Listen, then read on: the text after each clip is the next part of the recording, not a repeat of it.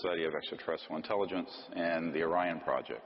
Those are all now sort of amalgamated under SeriousDisclosure.com if you want to go and see what all the projects are doing at any time. And we're going to be doing this presentation, which is going to be part of a series.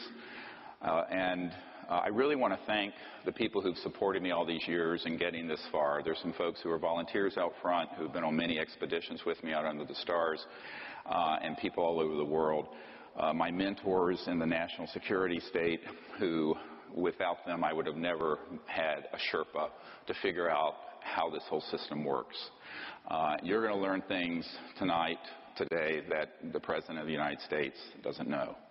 I will assure you of that. I'll give you my assurance that it's true. It is also true that without some very special person, and her name is Emily, my wife of 36 years, we wouldn't be here. So a big thank you to Emily. She set this up.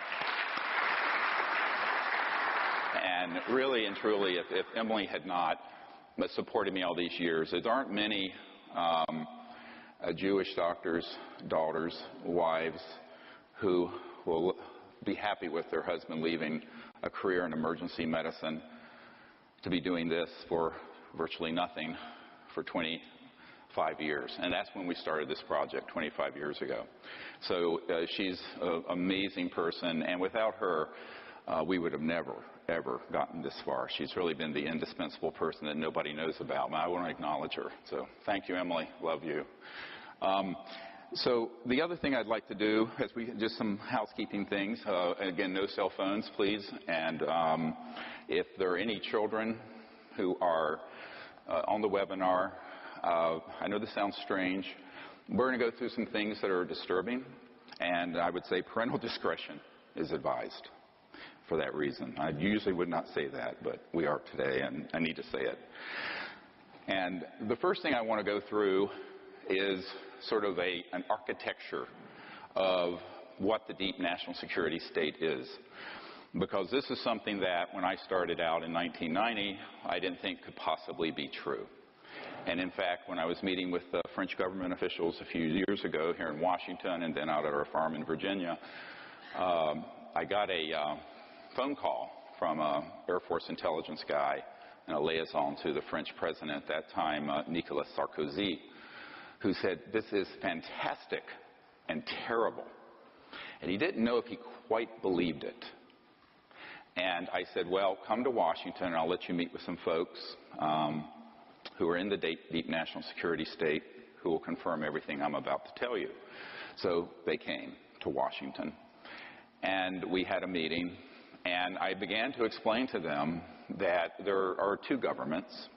There's the government of we the people that Thomas Jefferson spoke of, that we have elected, and those who have been appointed. And since World War II, there has evolved a monster, which you're going to hear about, which desperately needs to be put on a leash and eventually phased out. And that is the deep national security state of unacknowledged special access projects.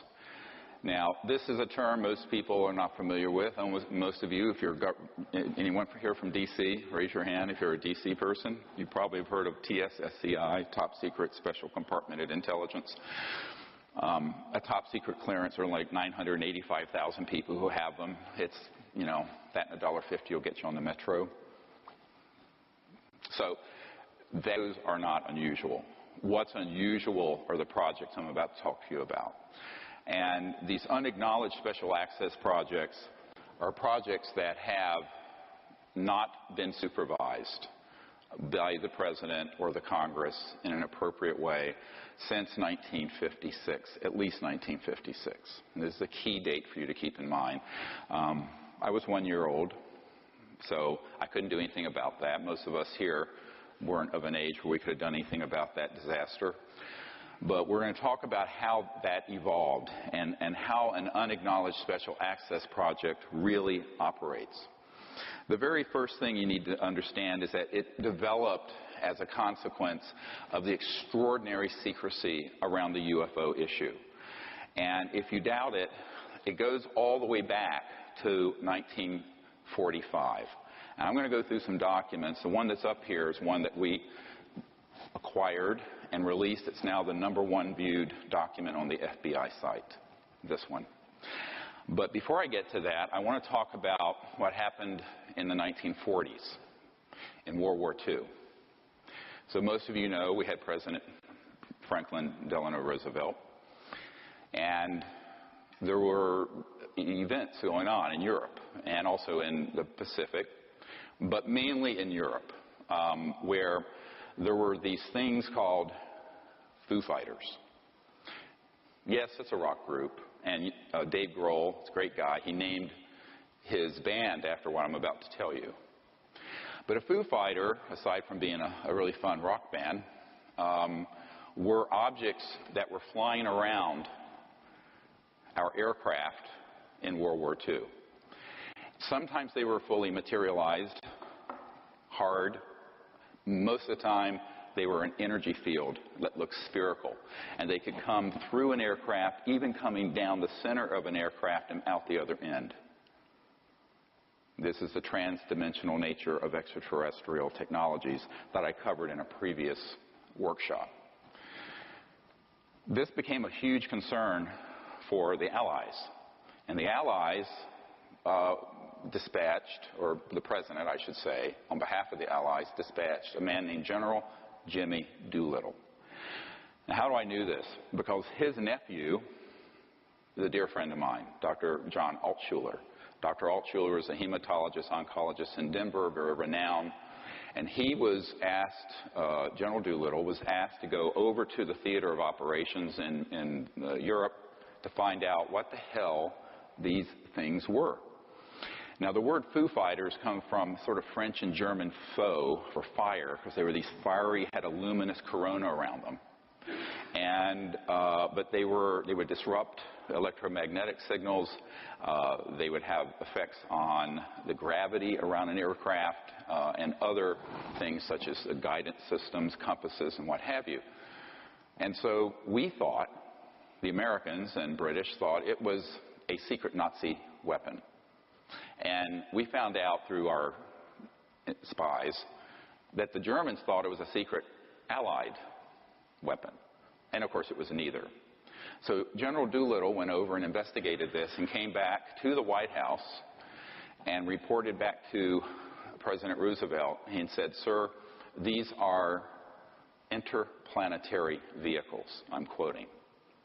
And so began the modern era of a serious concern from the national security level about UFOs. You can argue it went back to the airship scare of 1890s, late 1890s, where there were massive crafts seen off the coast of California, but there wasn't that much official concern at that point. It was sort of an enigma. But in World War II, because of the type of weapons being developed, both by Hitler and by America, the interstellars, as I call them, became very concerned about what humans were doing on Earth and the risk of us destroying this planet, which I believe, carefully in analyzing the history of this, that they have an interest in its survival and humanity's survival. And so the president at that point did assemble a group of folks that included Oppenheimer, people who worked on the Manhattan Project, Dr. Vannevar Bush, no relationship to President Bush, and others to look into the issue. By the time we detonated the first atomic bomb, the facilities at White Sands missile range in New Mexico and Alamogordo, that area, were being overflown regularly by UFOs. And they were very concerned, obviously, that we were developing weapons that could terminate life on the planet. And they could see where this was headed. So this was not something that just happened out of the blue. There's a history here you must understand. In the early days, and I'm talking now from the early mid-1940s until 1956, there was a reasonable level of constitutional oversight by key members of Congress, senior people in the administrations, and the President of the United States. Everything changed in 1956.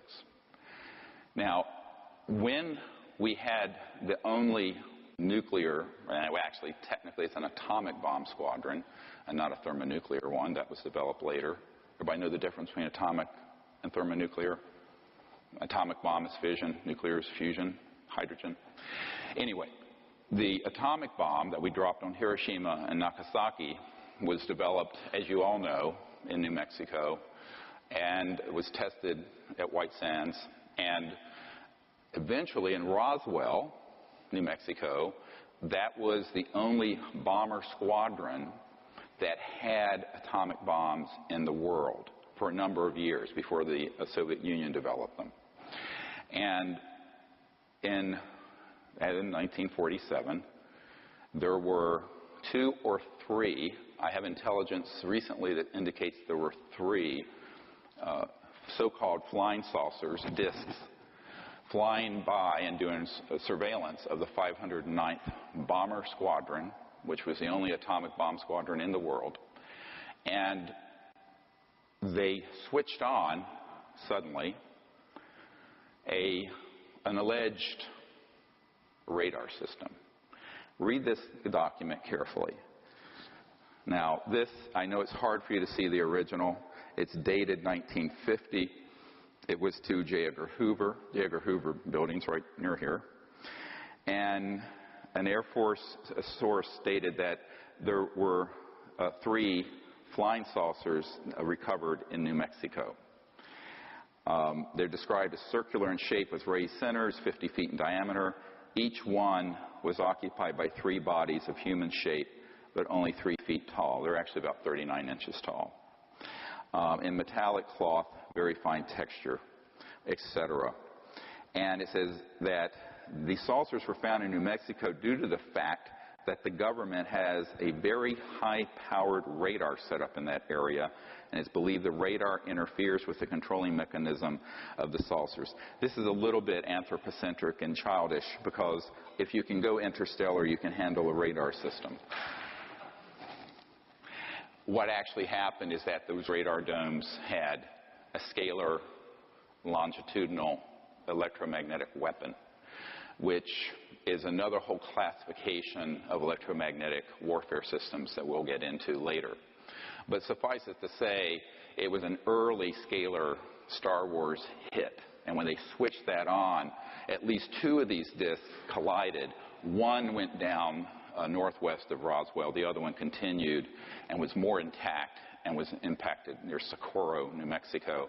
And that's where they actually retrieved the bodies. The ones that was just north of Roswell was obliterated into little teeny pieces, tiny little pieces. Where they did retrieve, and we have Disclosure Project witnesses who have testified to this, who have personally seen what looks like almost hieroglyphic writing on some of the little parts that were retrieved. And I've seen these, and it's very interesting because it's reminiscent of the ancient Egyptian hieroglyphics, but not quite the same. Makes you wonder where the pyramids came from. So that event was an early hit. Now, there are some reports of others, but that's the most documented one. This document from the FBI is significant because, obviously, 3 years later, you had one branch of the government trying to find out what the other top secret branch of the government was doing. You can tell by the tone of it. I made inquiries through here and there. So it's a bunch of skullduggery that happens between agencies and competition. And there's always been competition between FBI, CIA, Air Force intelligence, et cetera, and so on.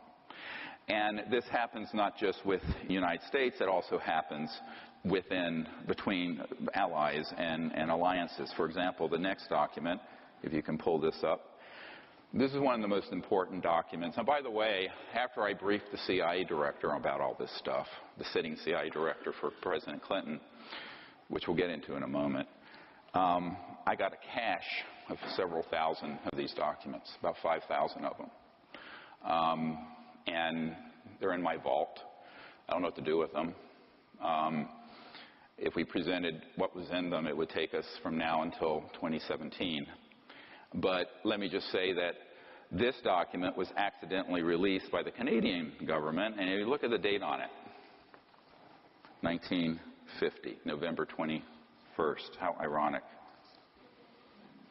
This is the 65th anniversary of the writing of this document by Wilbur Smith, who had a top secret clearance, and he was tasked by the Canadian government to find out what the Americans were doing. And if you look at page 2, if you go down to page 2 of this, you're going to see just a brief summary, which I think is, there's a whole lot of detail in the document. This is on our website now. You can look it up.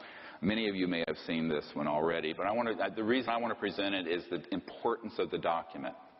And it says, the matter is the most highly classified subject in the United States government, rating higher than the H-bomb.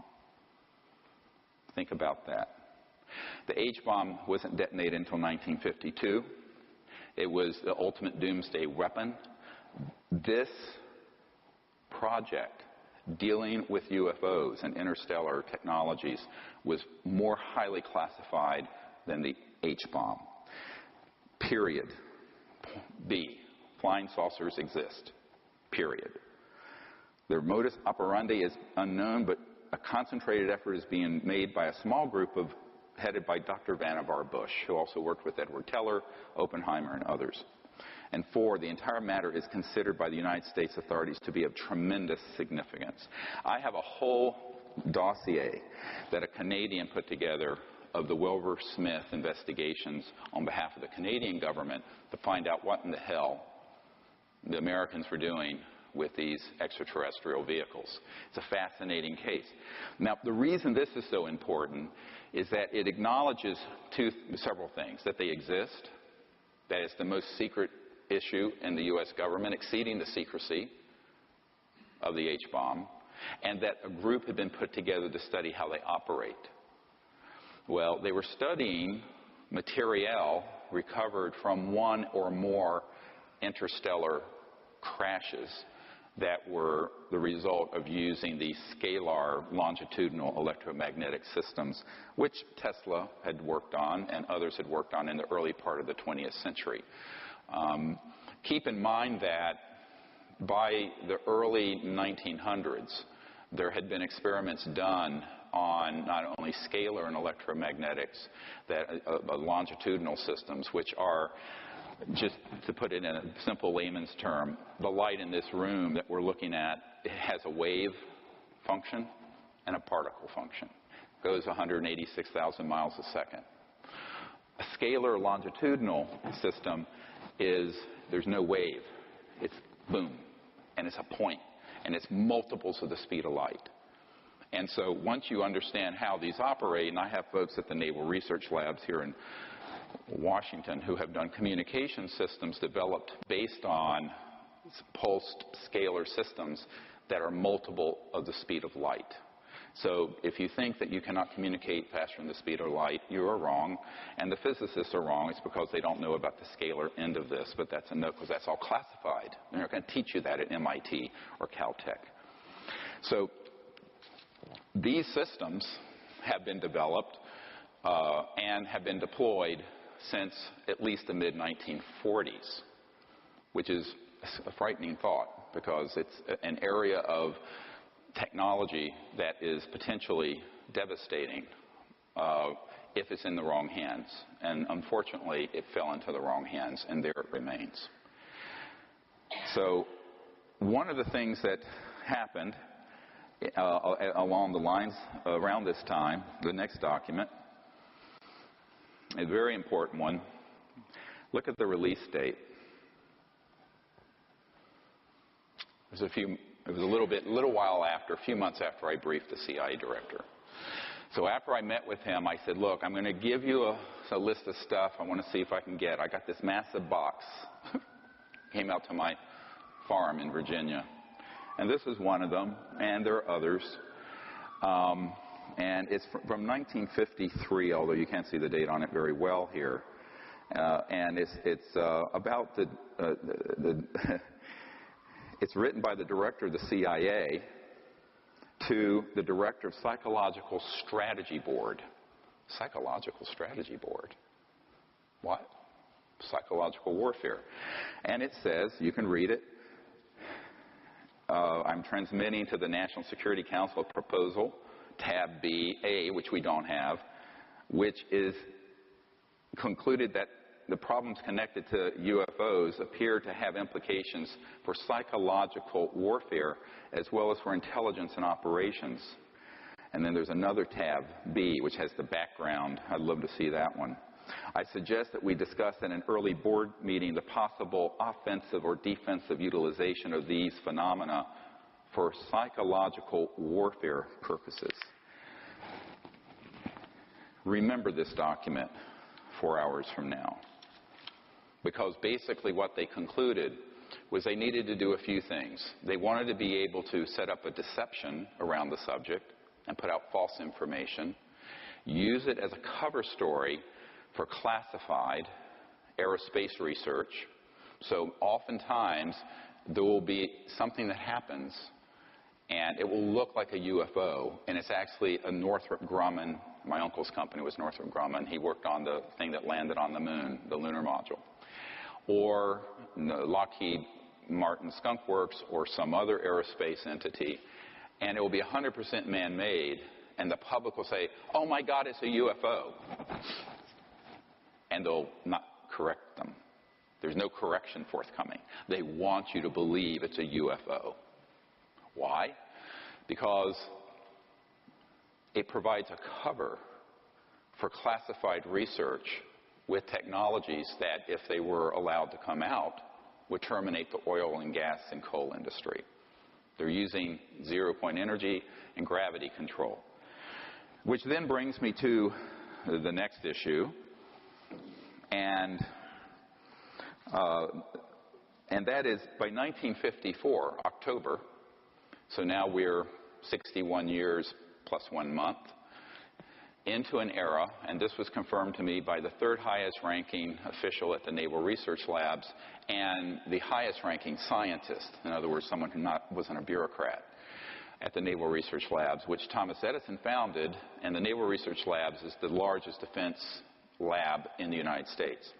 And Richard Foch, and I knew him for many years before he passed away of prostate cancer not too long ago, was this gentleman. I've never wanted to discuss who he was until he passed away. And he was a very senior guy in this system. And one of the things that he shared is that he was in the vault, the same vault that the next document came out of, which has a great story behind it. And he was going through some documentation and found that it wasn't in the 50s that we really started, I mean the 60s or 70s, but it was in the 50s that we actually mastered gravity control. Now what does that mean? Gravity control is the ability to put an electromagnetic field at certain voltages and with certain angular momentum. I don't want to get into a lot of, put you to sleep, I got into the physics of it too far. So that this object becomes massless, weightless, no mass, M-A-S-S. So the mass component, and this has to do with angular momentum and things of this sort, of the subatomic particles, can make this object so light that it has no mass, which means if you look at your physics equations, mass, velocity is inversely proportional to mass. Go look it up. So if mass becomes zero, velocity can go to infinity in a given amount of energy, which means you can move into another dimension. It doesn't go to infinity. You go trans-dimensional. We'll talk about this some more later. And this began to be experimented with in the 1920s. A guy named T. Townsend Brown developed a system using crystalline structures and very high voltages going into an object so that an object would begin to levitate. Marcel Vogel, one of the chief engineer scientists for IBM in North Carolina on the Reynolds estate, did the same thing in the 60s and 70s. One of the members of my team and one of our disclosure project witnesses worked with Marcel Vogel doing this with crystalline structures. And it can be crystals, but it can also be nanocrystalline materials such as metallic. So, as you know, most metals and rocks are crystal. Actually, water is crystalline. We're crystalline. So you can put this system around almost anything, and it will begin to become increasingly massless. Now, it doesn't have to be zero mass. Maybe it's 0.1 mass. So it's still materialized, and you see it. But it means, man, can you accelerate this thing? So it means you can, instead of going like the space shuttle at 25,000 miles an hour, you can go at several million miles per hour and take a right turn. And there's no deceleration effect because everyone on board is corrected for 1g. So this is what they began, 1g gravitational force. So this is what began to develop in the 20s, got taken into some Army Air Force projects in the 30s and 40s, and was Adolf Hitler's secret weapon. Adolf Hitler, they weren't making the progress on the atomic bomb that we were, but they had almost perfected gravity control by the time World War II ended. Now, one of the things that the OSS did, the Office of the Special Services, which became the CIA after World War II, they had something, you can look this up, called Operation Paperclip. And Operation Paperclip, a whole book was written on it not too long ago, about how they would put a paperclip on the file of the Nazis that we didn't want to go to Nuremberg and execute, but whose knowledge was so great that we wanted them as part of our program. We wanted what they knew. So one of these guys is a guy named Werner von Braun, who, of course, invented the rocket, the V-2 rocket for Adolf Hitler. Hermann Oberth. These were all the giants of rocketry and aerospace for Adolf Hitler. They became the foundation brought in by the CIA, what became the CIA, of our space program in the 1940s and 50s, which is how we leapt ahead of the Soviet Union, because we took all those people first, ahead of the Soviet Union. Interesting bit of history. You don't read this many places. But a lot of what I'm telling you is in conventional history books, not the UFO part. That's been sanitized out. That's forbidden knowledge. So as a result, by the time we had those guys and the experimentation that had been done by T. Townsend Brown, whose work became a part of a corporation called the RAND Corporation, which still exists, a huge think tank, we really had something going. You add to this the study of material and electronics retrieved from interstellar vehicles that were shot down. So a lot of people say, oh, well, the things we have, are they all just reverse engineered from interstellar ET? I said, no. The laws of the universe are universal, and the mind of man, just like the man of an ET, can unravel the mysteries of the universe. And so it has come to pass. But if you we're not starting at zero when we retrieve the objects that were interstellar. We were starting with decades of research in classified electronics, electromagnetic fields, anti-gravity, scalar systems, etc. and so on, that had been going on since the time of Nikola Tesla, the true genius of the 20th century, not Albert Einstein, by the way. So, who is a minor luminary compared to Tesla. And, sorry, Einstein fans, it's true. By the way, that's why when Nikola Tesla died, the FBI swooped into his apartment and confiscated all of his secret papers. And how do I know this? I have a document from the Department of Defense demanding that the FBI turn them over and names them for what they are, the secret papers of Nikola Tesla. This is not an urban myth. I have that document. It came in this cache of documents I'm talking about. So when you have all of that knowledge, it's then augmented, increased, potentiated by the study of, as the Wilbur-Smith document says, the material that was interstellar. Because you need specialized materials. You need control systems. You need integrated circuits, which we did not have in the 40s. which came from this. You need fiber optics. You need all kinds of stuff. So some of the technologies, and this is where Colonel Corso, who worked on these projects tangentially, is correct. If you read The Day After Roswell, he says fiber optics, integrated circuits, and a whole slew of things came from studying the materiel from these crashed ET interstellar objects. So you had the biggest and most top secret, most well-funded project in the history of the United States going on. Nobody knew about it. It's completely sub rosa. It was more secret than the hydrogen bomb. And so between 1945 and 1954, the brain power of those Nazi aerospace folks like Werner von Braun and Hermann Oberth, the work of T. Townsend Brown and others, Edward Teller, some of the brightest and most ingenious people in the world, bent their attention primarily not to the hydrogen bomb, but to gravity control and how are these interstellar visitors getting here? Because that would then be the ultimate edge, wouldn't it, in the technological arms race. You talk about a delivery system. You don't need an intercontinental ballistic missile that goes a few thousand miles an hour if you can deliver something instantly from one continent to another, or worse, from one planet to another. You begin to see the implications of this for national security. Therefore, it was managed in an extraordinary fashion. And the secrecy around it was increasingly ruthless.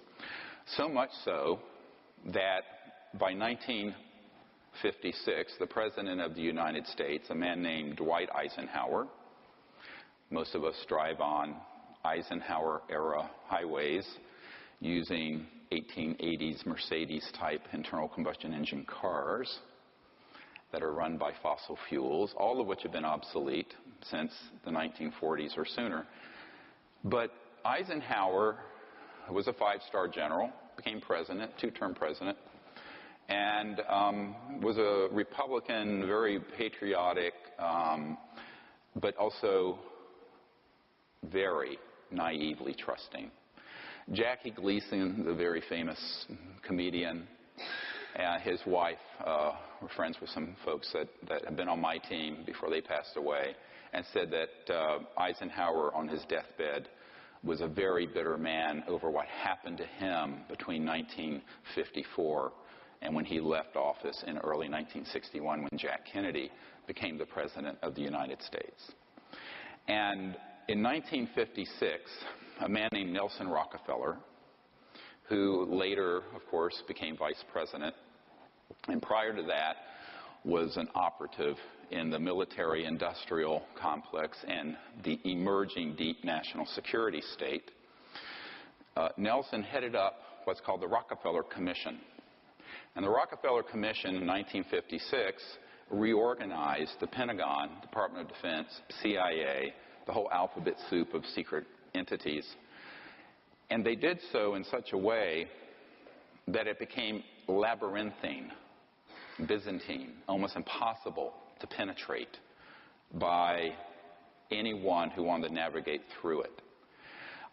In the early days, there was still some presidential knowledge. We have one of our witnesses, Mr. Lovkin, who is an attorney, who was a young man, White House Signal Corps here at the White House down the street from where we're speaking today. You can look at his testimony on our website, SeriousDisclosure.com, and he said, yes, he would be at meetings and Eisenhower would be making doodles, pictures of UFOs and ET craft. In fact, I have one sitting in my condo here in D.C. that someone lifted from the archives. I won't say where and how.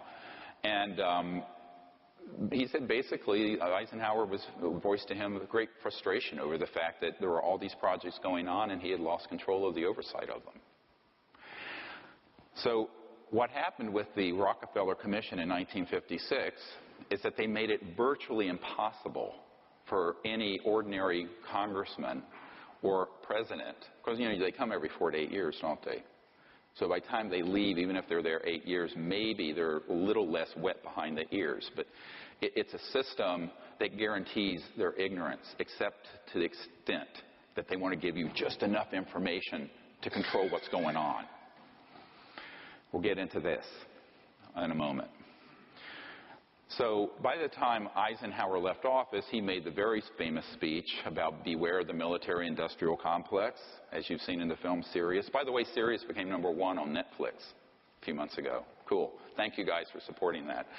And the president said it will become a threat to our national security and our way of life. Not the UFOs, the secrecy. No less a figure the same year, Admiral Roscoe Hillenkoetter, who was the first director of the CIA. Go look this document up. I may have more documents than we have time for me to go through. And it's a letter where he's writing and saying that the secrecy around the UFO subject is a threat to our national security and to the United States. This is the first CIA director, because he also later found out he was being Schmidt-canned, pushed aside by these neo-fascists who had taken over the intelligence community, the aerospace community, and the large corporations. What happened over those years, from 1947 until 1956, was that there was a deliberate, albeit imperceptible initially, takeover by the corporate state. Corporations working with unacknowledged special access projects, which are completely off the radar, not funded officially, took over operations.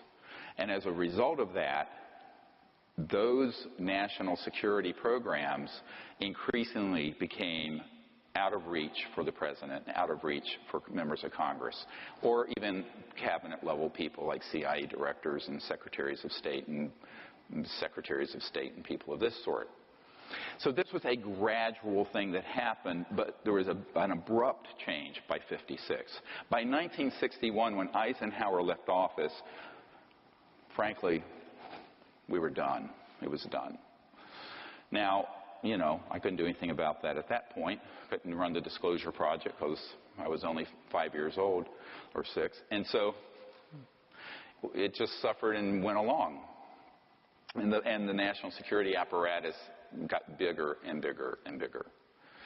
When Jack Kennedy took over in January of 1961, he had a great interest in this. And he was, in fact, briefed on the subject.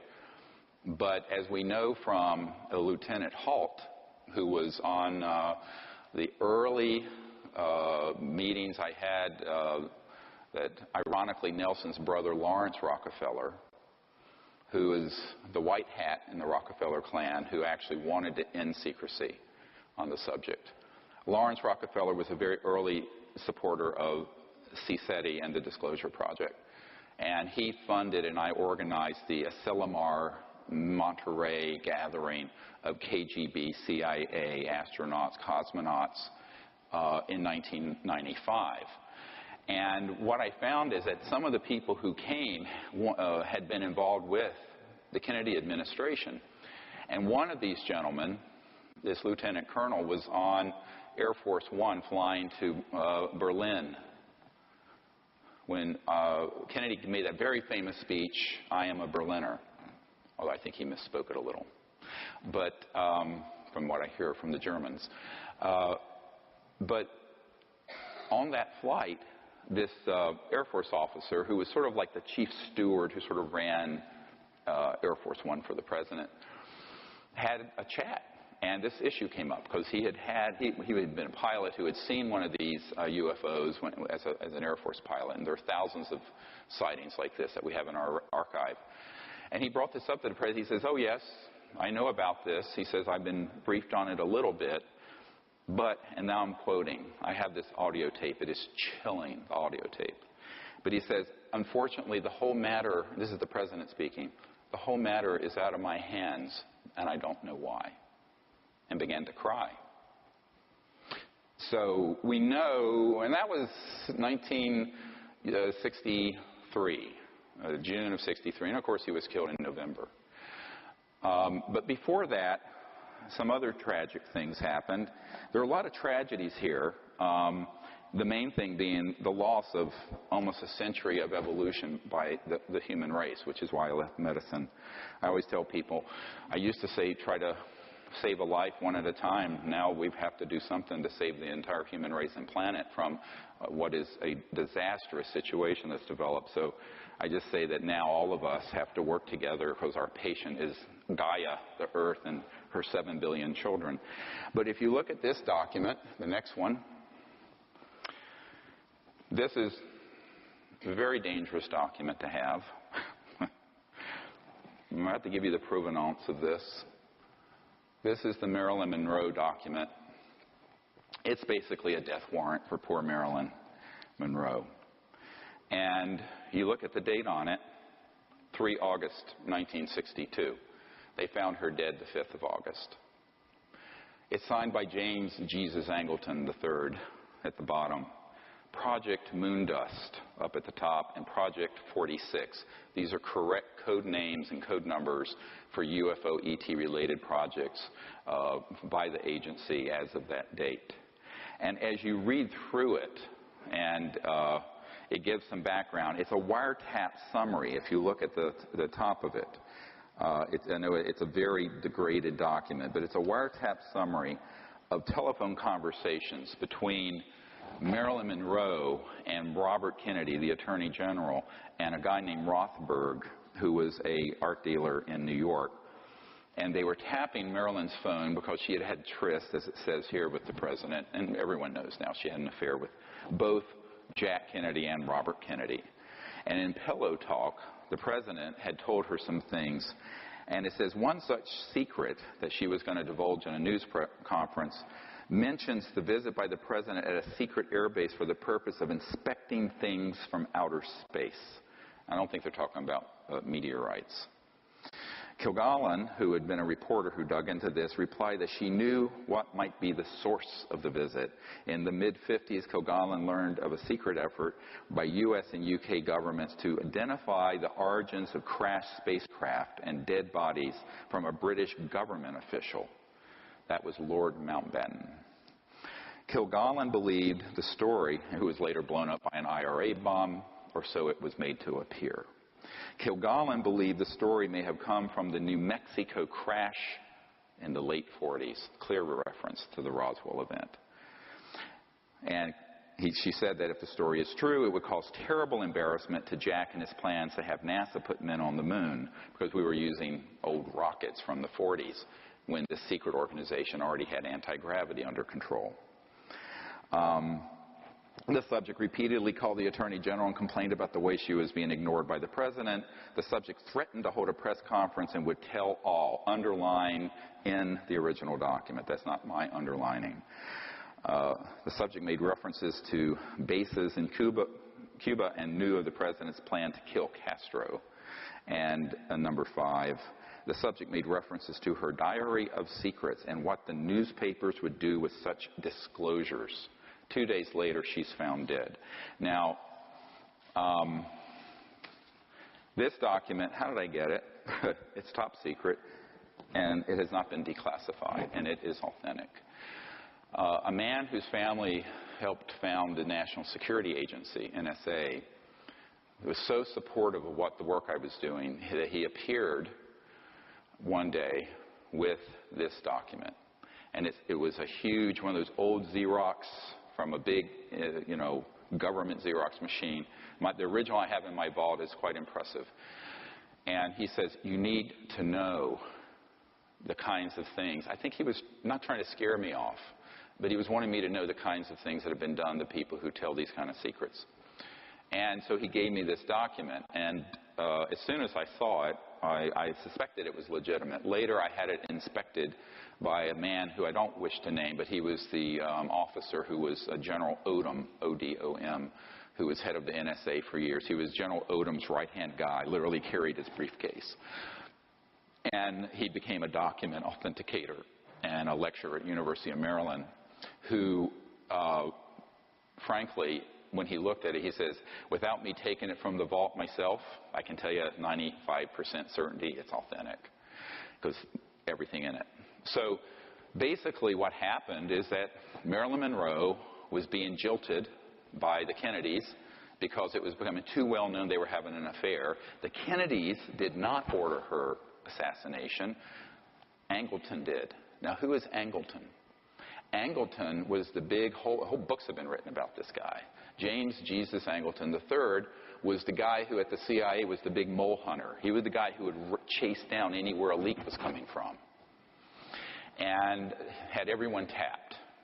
And he realized that she was about to light this up and hold a press conference to talk about the ET bodies from outer space and all these secrets that Jack Kennedy had told her just out of spite. She was just furious that they had sort of pushed her out of the inner circle.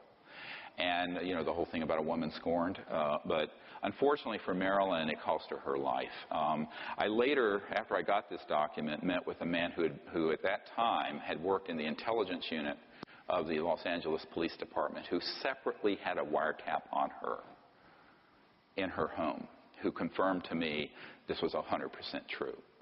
Now, I don't know how many of you know a guy named Burl Ives, who's an actor and singer, and everyone thinks he was like Frosty the Snowman, but he was actually a very accomplished actor and folk singer, and very good friends with Marilyn Monroe, Elizabeth Taylor, people like that. He was on my executive committee for a number of years, and by the time he was involved, I had that document, and I went to visit him. They had moved from Montecito and Santa Barbara up to Anacortes, Washington.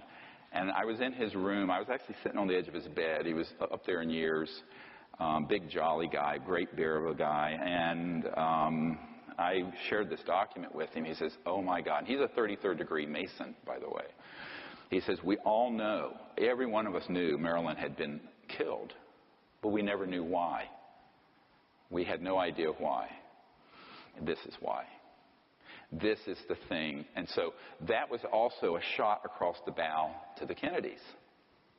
Now, Jack Kennedy had great affection for Marilyn, even though it was indiscreet for him to continue seeing her. And he was furious that someone in the intelligence community, I don't even think he certainly didn't know about this document. He was very upset, is what I understand, that Marilyn was killed by these operatives. And he vowed to try to bring out this information himself. And I think that's why he began to speak a little more openly to this Air Force officer whose audio recording I have. And that was, of course, a year later. This happened in August of '62. The recording with the Air Force officer, that conversation with Jack Kennedy, happened in 1963, June. In November, he was assassinated. As Kennedy was planning, if he had become the president, he was going to dissolve the CIA, get us out of Vietnam, disclose this information, and make peace with the Soviet Union. That's what he was going to do. And those folks in the intelligence community and the warmongers and the profiteers and the military-industrial complex said, like bloody hell you will. And that was the end of him. So that's why, I mean, although I thought they were joking initially, when I first, is this good information for you folks? I hope it's not too much, but I'm going to cover an enormous amount today. You've got to know the background. So over this time period from 1945, 40s to early 60s, there developed a decision was made. I know this sounds like a joke because everyone says it. If I tell you, I have to kill you. But there's some truth to that.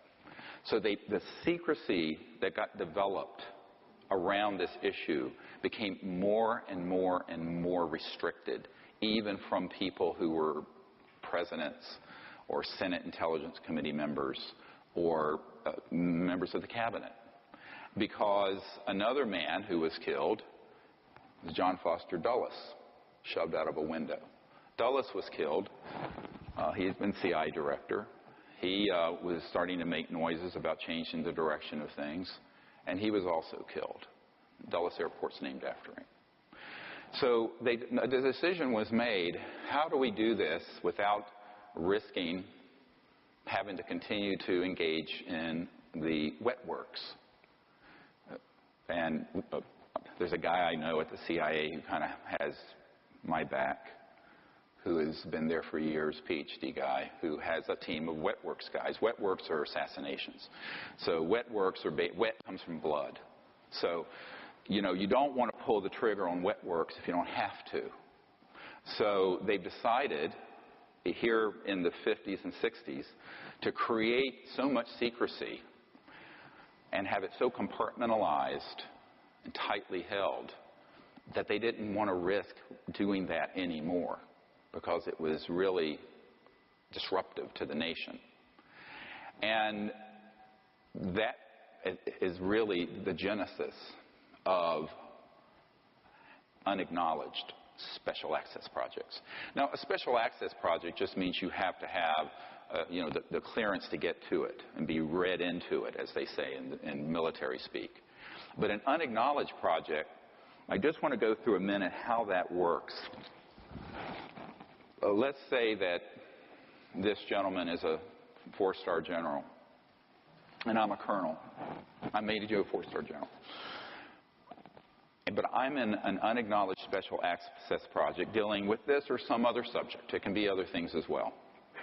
If I am in an unacknowledged project, I am told, and I have one of my most senior military advisors has been in multiple of these. He was in one project that was $2 to $3 billion.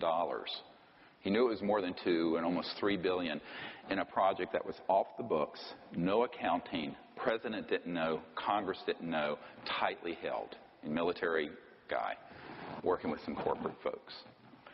And he told me, he says, here's how it works. He says, they take you to a SCIF, a Secure Communication Intelligence Facility, SCIF, take all the equipment off of you, any guns off, cell phones, watches, nothing. Anything metallic. You go into this underground facility, and there's a meeting. And he said, hey, you have a come into Jesus talk. And what happens is that you are told that only the people in that room are read into and cleared to this unacknowledged special access project. And if you speak of it outside of that circle of people, there's one person there with a gun and a bullet. He takes the bullet out and he says, it has your name on it if you speak to anyone, and I mean anyone, your wife, the president, your commander, about what we're doing. And that is how it works. This is not a conspiracy theory. I've been in these SCIFs. I've been in a couple places, and I can tell you that is exactly how it operates. So one of the things I wanted to make really clear about what I'm presenting today, I'm not talking about anything that I don't have firsthand direct knowledge of. Everything I'm telling you, every bit of it. But I don't care about conspiracy theories. They're mostly 99% wrong. And I really don't care about the internet chatter. You know, this is 25 years of the most incredible investigative research. And, you know, I put over $10 million of my earnings and life into doing to get this far. And I can tell you, if you're in an unacknowledged project, and I was offered this position back in '92, and asked my wife about it, and I rejected it. I was actually offered $2 billion personally, if a fund with $2 billion in it, if I would shut the hell up, join one of these unacknowledged projects, and do what they wanted me to do. And I said, screw you. I'm not doing it. But that's what was offered. And that's when $1 billion was a lot of money back then. Now, you know, they're minting a billionaire every week in Silicon Valley. But, you know, in 1992, $2 billion was a lot of money. So what ended up happening in this scenario is that if my 4-star commanding general calls me in because he's heard rumblings about something that people are working on he didn't know about, under threat of death, TWEEP, terminate with extreme prejudice, which is death, TWEP, I am to turn to him, even though he's my 4-star commanding. I'm only a colonel. And I'm to say, sir, no such project exists. That's how it works. It's illegal. It's unconstitutional. It's criminal. It's dangerous. Because once you have a breakdown in the rule of law, we're back in the jungle. We're back into Al-Qaeda territory. We're back into the Wild West where there's a lawlessness. And that's what happened. And because of that, no president since Eisenhower has had anything near the level of information on this that would be required for the chief executive. Most CIA directors haven't. There are a few who have and a few who haven't. And I'll tell you a little bit about why that's the case in a moment. Who's been in and who's out? Dick Helms was in, Woolsey was out. It's a long story, but I mean, I'll try to cover it. I mean, you guys are going to get more information. It's going to be TMI, too much information by the end of this. But this is why I'm doing this today, is that I want to leave a record of everything I've learned that's critical for the public in case, you know, I'm 60 now. So who knows what will happen to me. So it's important to leave this. But if you're the president, don't assume that you have an all-access pass. The presidential daily briefing doesn't have anything really that critical in it. And almost never this subject. By the time you had Johnson come around, and then you had Nixon, and Nixon, by the way, was vice president for Eisenhower. Nixon actually was pulled in as head of the Space Committee. The vice president sits as chair of the Space Committee, into Majestic. This group, MAGIC, M-A-J-I-C, is actually what it's called. It's the Majority Intelligence Committee, M-A-J-I-C, it's the proper term. And MAGIC tapped Nixon, and he thought as president, he would be the guy that would disclose this. Because he thought it was time, and he finally became president after Jack Kennedy, he felt, swindled him out of the presidency in 1960.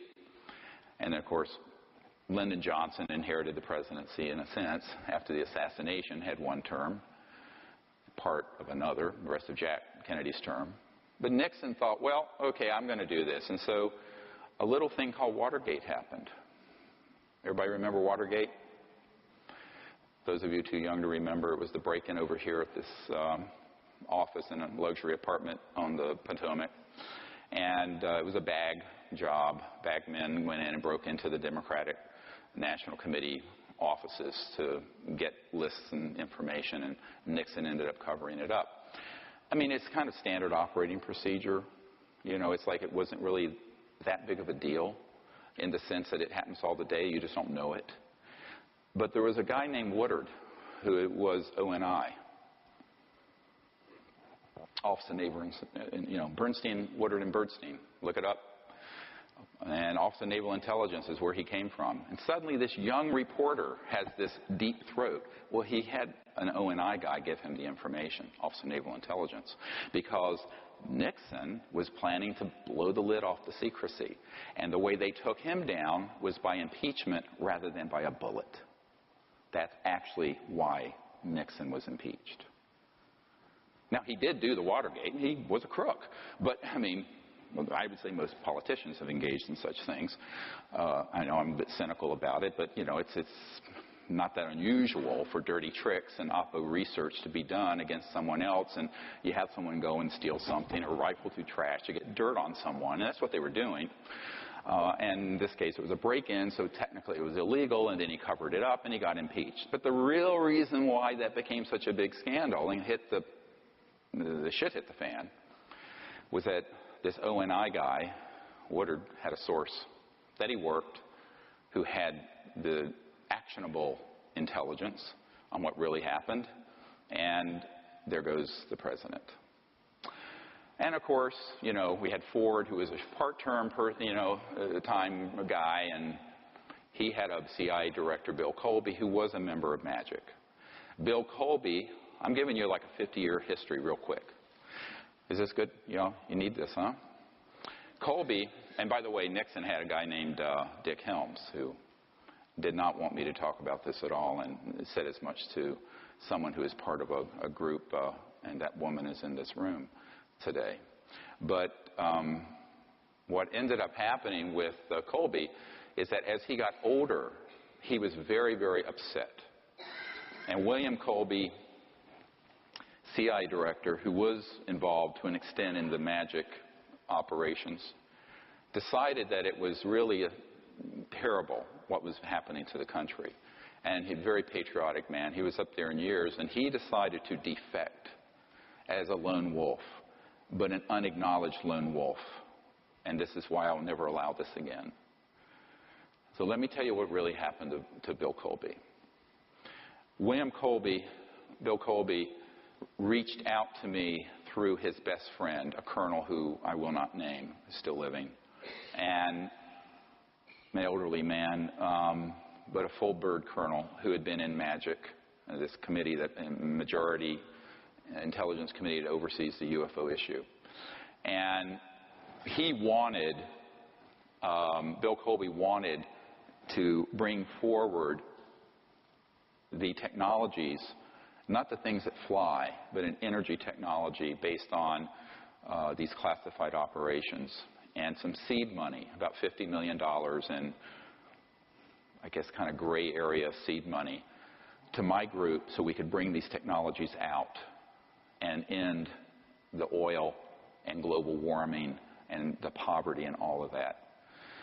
Now, the person who approached me, a member of my board, and this colonel, wouldn't say who the client was. They were going to set up a secret meeting.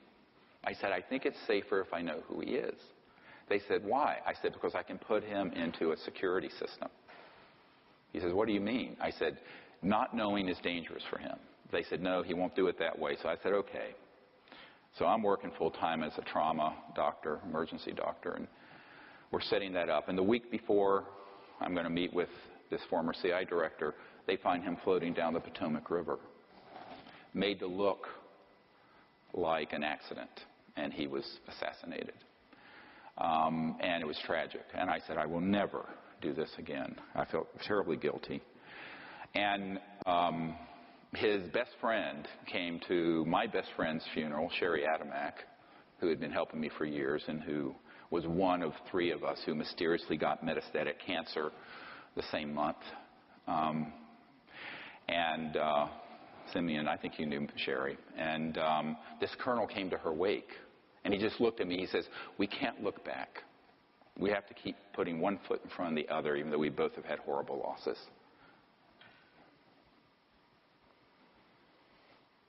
Yeah. So we did. We kept going. And, you know, when Bill Colby was killed, I thought at that point, well, his game is over. You know, from 94 until now, I was about to give up on everything. But anyway, very, very difficult emotionally and very difficult physically to carry this for, 25 years. But, I figured this is the pearl of great price. You don't throw this one back in to the water. I mean, this is huge. So we decided we would just continue marshaling our energies and go forward. But we knew that we couldn't do anything like that again. It had to be open. I mean, I had to know, and to the extent things none of this skullduggery, because the secrecy is their domain. If you go to the National Reconnaissance Office, the super secret spy agency that runs all the satellites, above their entrance it says, we own the night. You can Google it. And I always say, we need to own the light. We need to own the light of disclosure and the truth and bring this out. So I try to do things to the extent I can, as fully as possible out in the open, while maintaining the confidences of those who are still living who ask me to do so. But, and that's why I'm giving you this much information today. The other thing to remember about how Colby's demise evolved was that he was going to make a run at one of the big central reasons for the secrecy, which I'll get into in a moment. And that's the technology. This is a big science and technology story.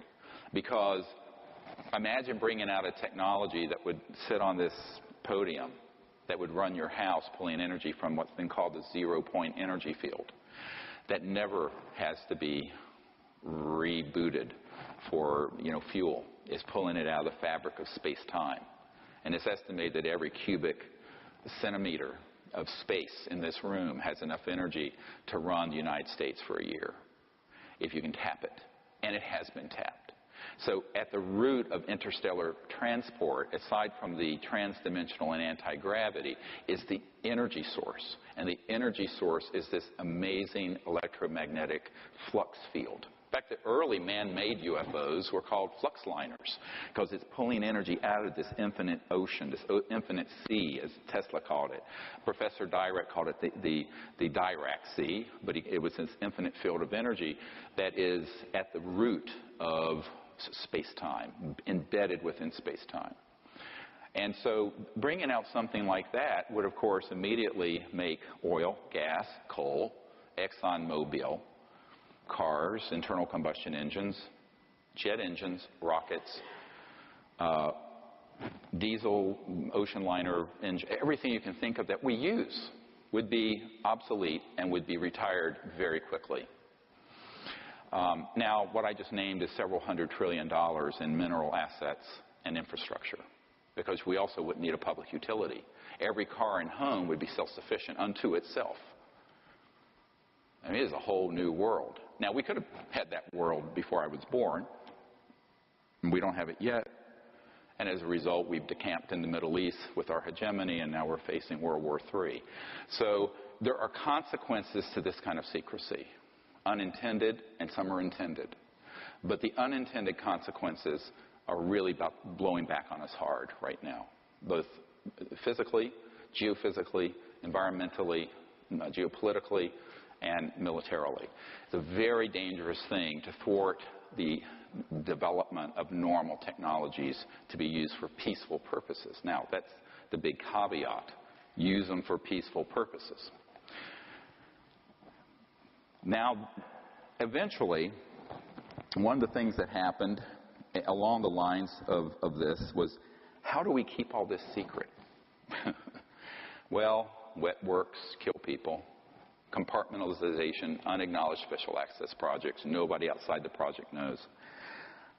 A big one is ridicule. I have a document from 1950s where they talk about engaging Disney Studios, which had done a lot of the OSS propaganda films in World War II. And Walt Disney was an asset of the CIA. And believe it or not, I mean, everyone thinks of cartoons. But so they engaged Disney Studios to make Flying Saucer and Little Green Men films. Ha ha ha. And it ridiculed the subject so that respectable people would say, well, you're a kook if you're dealing with UFOs and the ET issue. And that was done deliberately. And this was part of what I referred to in that earlier document, the psychological warfare value of the subject. How do you create the psychological nexus so that the subject becomes subject non grata? Like a persona non grata. It's a subject non grata. It's unwelcome. It has ridicule associated with it. And an Air Force major told me, who's one of our Disclosure Project witnesses, who was present when we shot and killed an ET on the tarmac at McGuire Field there in New Jersey. His testimony is quite riveting if you've read the materials. And he was saying, look, really the way this has been kept secret more than anything is just sheer ridicule. Nobody wants to be laughed at. Everyone's concerned what their friends might think. Because, where's the tinfoil hat you're supposed to be wearing? So this ridicule got ramped up in 1953 in the psychological warfare programs. So by the time, we came on the stage, we're 50, 60 years into a hole of ridicule and denial and countermeasures and everything else that, how do you fix this? It's very difficult because most reporters and media people don't want to be ridiculed, nor do scientific and people and professors and government folks. I mean, there's so many people in the Congress I've met with, very interested, know this is real. I'll say, will you hold a hearing on this? They go, oh, no. It'd be the end of my career. I'd be the laughing stock. I'd be Senator Moonbeam or Congressman, Tinfoil Hat or whatever. So that ridicule, which was ramped up in the 50s, has been very effective, incredibly effective. And that's one of the hard problems I've faced as well. Although, you know, as a medical doctor, luckily I was known as a very good emergency doctor before I got on Larry King Live and started doing stuff like this. But if it had been the other way around, I probably would have never been hired. Really. Yeah, so I was careful in my timing because I did have a family of 4 children to support. Luckily, they're all out of college now. So, now the next thing I want to, if the next document, if you move on from Marilyn Monroe's tragedy, and there will be time at the end of today for you to ask questions. I'm sure your mind must be swirling by now about a lot of things. And this is the next document is the Peterson Memo, Arlington Institute. So this is the meeting that never happened with me and the CIA director. Very interesting. Look at the date. 3rd of December, 1993. The meeting between me and the sitting CIA director was the 13th of December, 1993. And is that document up? And the CIA director, R. James Woolsey, who, when information about my meeting came out after he had left office, denied it ever happened. Luckily, I could call him in a flat-footed lie. I always tell people in Washington, how do you know these politicians and lawyers are lying? Their lips are moving. If their lips are moving, they're lying. I know it's a very cynical thing to say, but unfortunately very true. But this document, which I'm not going to go all the way through, but some of the information is very, very important. I talked to Woolsey this morning, and he suggested getting together, underline. Project Starlight that's referred to here was the coalition I put together before the Disclosure Project, which no one knew about, where I was trying to get the President Clinton to lead the disclosure on this. And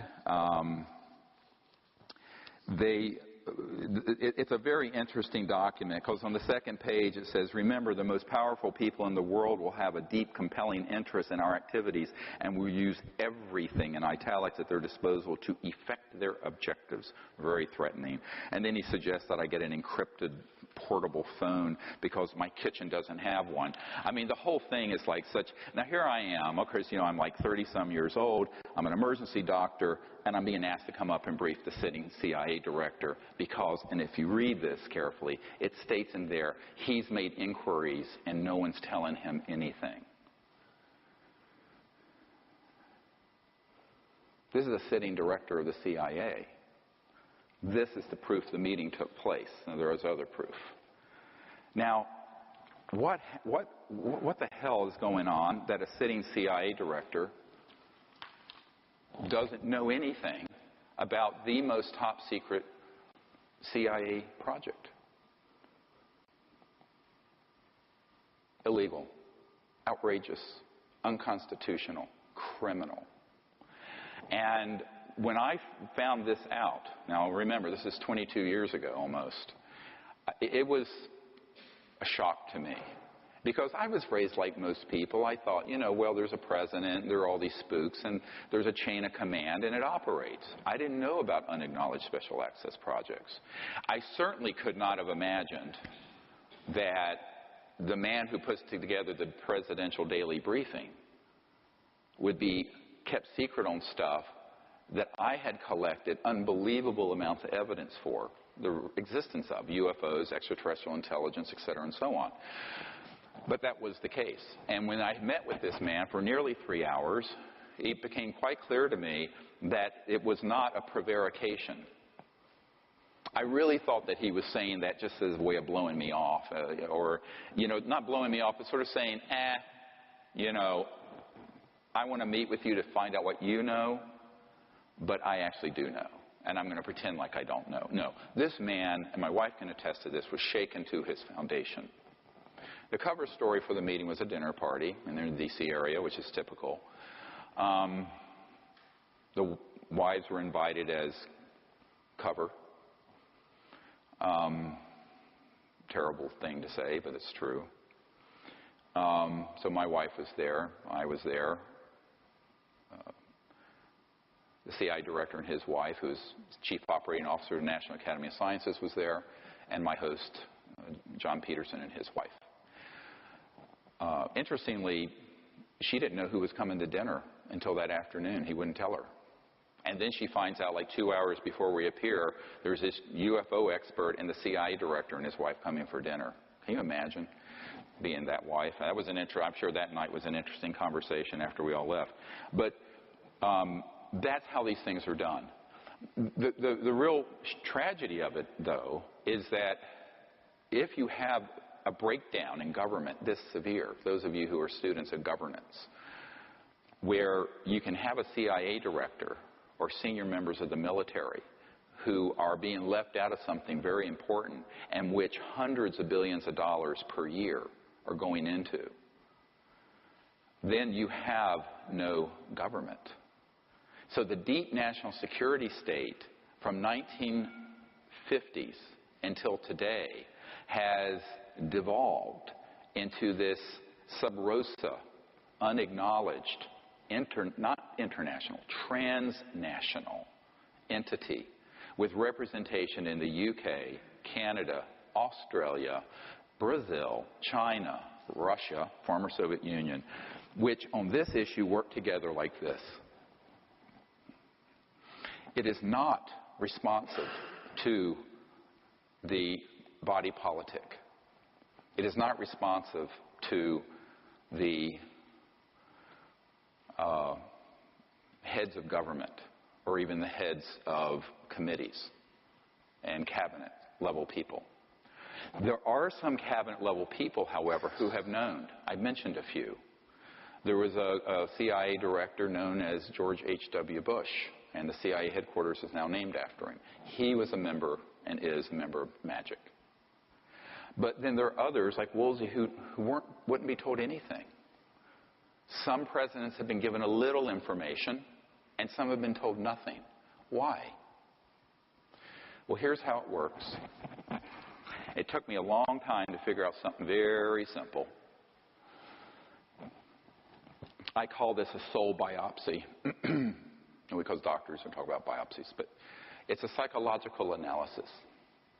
So let's say this gentleman is the incoming director of the CIA. The outgoing director of the CIA is me. As incoming director of the CIA, they've taken your life apart, and they know what your values are. If your values are that you would not go along with an illegal, criminal, unconstitutional effort and engage in assassinations that were illegal and other things, they will never tell you about this. And even if you're the president that's incoming, this is what happened to Jimmy Carter. And I know this for a fact. Jimmy Carter got elected, and the outgoing CIA director was, guess who? George H.W. Bush. George H.W. Bush, when he was called in and they had the transition meeting for between November and January when they had the transition and they're standing up the new cabinet, was asked personally, face-to-face, by Jimmy Carter, and I met with someone who was there, about the UFO issue. And Bush said, I'm not going to tell you, in a very derisive way, about that. Go see if you can get it from the Congressional Research Service. Literally. Brushed him off. And Carter was stunned, because Carter had had a UFO sighting when he was governor of Georgia. I have his report form that he filed officially, signed Jimmy Carter. He ran in 1976 on ending UFO secrecy, actually. So he put together a White House study on UFOs, which we have Disclosure Project witnesses that attest thereto, and they were reaching out to Stanford Research International to do SRI to do the study for them, because they couldn't get anything from outgoing CIA Director Bush. And that entity, SRI, had some people come in and threaten them and said, basically, if you want to receive any more contracts from the Department of Defense or the U.S. government, you will refuse to do this study for the White House. We have that as an affidavit signed from someone involved. So now this is very extraordinary, but we have legal documents that prove it. So Carter was boxed out of this.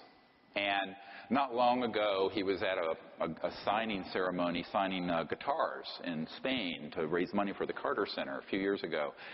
And a very well-known, I think his name's John Williams, well-known classical guitarist who's on our team was there and said, you know, at dinner, someone asked Carter, what was it like to be the most powerful man in the world? And President Carter said, I don't think I was that man. And everyone just thought he was joking.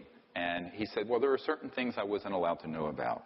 And someone in a ridiculing way said, ha, ha, ha, what, like UFOs? And President Carter said, yes, that and more, referring to these energy and technology things. And so Carter wasn't joking, and it is true that he did not get access the whole time he was president because he would have ended the secrecy, and they knew it. It's also why he was a one-term president. Now we had after him Ronald Reagan, or Ray-Gun, as I call him. R-A-Y. So a colonel who reached out to me was one of the guys who putting together the SDI, Strategic Defense Initiative, Star Wars. And he actually met with Carter and Reagan. Carter was a hard sell. Reagan was a soft sell on the billions to go into Star Wars. Now, the way it worked is that the Star Wars was always a cover story for targeting in space interstellar vehicles using these scalar weapons, not lasers. If it's at the speed of light, it's not fast enough. Everything important is faster than the speed of light. And so what happened is that he, at that point, got convinced. They sent just the right people in to convince Reagan that there was an existential alien threat. Basically what Wernher von Braun warned on his deathbed about, which we'll get to in a moment. And so Reagan bought into it. That's why you can Google this. At the UN, he said, wouldn't our job of uniting the world be easier if we could unite against a common alien threat? I'm paraphrasing, but you can look this up. Actually, Bill Clinton recently said that on Jimmy Kimmel, something very similar. The reason that happens is because there is a prevailing need for people who are in certain positions to be given what is, I call, targeted and tailor-made disinformation. Information that is geared towards scaring the hell out of them so they go along with the agenda of militarism as opposed to peaceful contact with these civilizations. And it's not hard to do if you have a certain orientation, if you have a certain mindset based on fear, xenophobia, us versus them, that whole mindset. So that's really the criteria. Whether someone is pulled in the loop of this secrecy in government or not has to do with what their values are, what their psychological profile is, whether they will go along with the agenda of secrecy. If they will not go along with the agenda of secrecy, they're not going to tell you anything. I don't care if you are the President of the United States or the CIA Director or the Chairman of the Joint Chiefs of Staff. But there have been people who do know in those same positions. Why? Because they were willing to go along with this chicanery. Now, if the next document you can put up, it's just a partial list of the sort of VIPs and government official I briefed. It goes 3 pages long. It's 50, 60, 70, and this is just a few of them. Every single one of these people, without exception, and you can scroll down through them and just flip through. I'm not going to go through them all. We don't have time. It is a lot of work having private meetings with this many people. Every single one of these people, from Senator Claiborne Pell to the CIA Director to the head of intelligence for the Joint Staff to the head of the Defense Intelligence Agency, the biggest intelligence gathering entity in the Pentagon, every single one of these people wanted to know but had been denied access to these unacknowledged special access projects. Every single one of them. That is the proof we have. If we ever had to go to court to prove that the operation is illegal. And these people, the ones still living, would be subpoenaed. Because, believe me, and I have more, one of them that you see on page 2 here is Lord Hill Norton. And if you go to this next document, this is a 5-star admiral. How many people have heard of Lord Hill Norton? He's actually a great guy. He passed away not long ago. I don't mind sharing these couple letters. I have a whole file with him. He asked me to come to his estate in England and brief him back in, I believe it was 1990s sometime. And he was a 5-star admiral, what they used to call Sea Lord. And Lord Hill Norton, is that the one? Is that the right one? Yeah. He had found out through other sources that UFOs were real and that there was a big operation in the UK that was this transnational, deep national security state working with the British. But he was head of the Ministry of Defense, and as such was head of MI5 and MI6. He was also head of the military committee for NATO. He had no knowledge of these projects the entire time he was in government. And when I met with him at his cottage, and you know what's kind of cute about it, at the second document, if you go to the next one, he says, I thoroughly enjoyed our talk when you came in August. This was in August of, I guess it was 1995. And I am grateful to you for your time. I read all the materials you left me, and I intend to read it all again. I also shared it with Countess Murray, who shares our interest. I have an idea you may have met her some time ago. I meet a lot of folks. I find your latest brief on the national security implications of the UFO subjects very clear and very convincing, and it goes on. It's a beautiful letter, and things he was going to do with the European Parliament and whatnot. He died not being able to accomplish as much as he wanted to with the British government because I had to explain to him why he never knew anything about this. And it's a very hard thing to sit with someone like a CIA director or someone like this, who's one of the most powerful people in the military and intelligence field in the world, and tell them, you just were not in the loop. And he basically said to me, well, why didn't they tell me? And he was a little hurt and kind of petulant. And I said, sir, I'm going to answer your question with a question. What would you have done if you'd found out there was a transnational entity, unacknowledged, running unconstitutionally in your country and mine, engaging in assassinations, keeping from the planet technologies that would save the earth from environmental destruction and eliminate poverty within a generation? And that they are using these technologies to try to provoke, as agents provocateurs, an interstellar conflict and World War III, and that they were completely off the reservation without any controls from the chief executive or the legitimate governments of the world. And he hopped up and down. He's this little guy with piercing blue. He says, I wouldn't have stood for it for a bloody minute. I said, well, that's why they didn't tell you.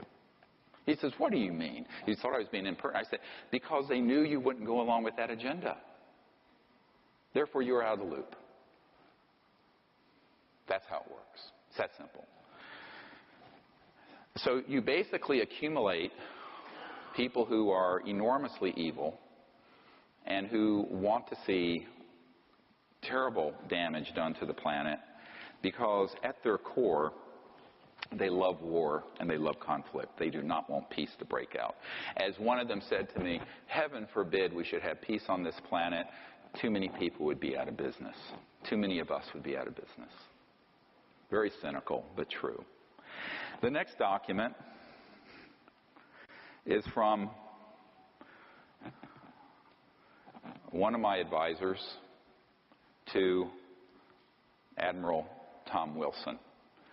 And it's about setting up a briefing for him. And I only put this up here because some people have challenged me, did you really have meetings with folks like this? Yes, absolutely. And it was on my birthday in 1995 the first letter was written. I ended up meeting with him in 97 in April.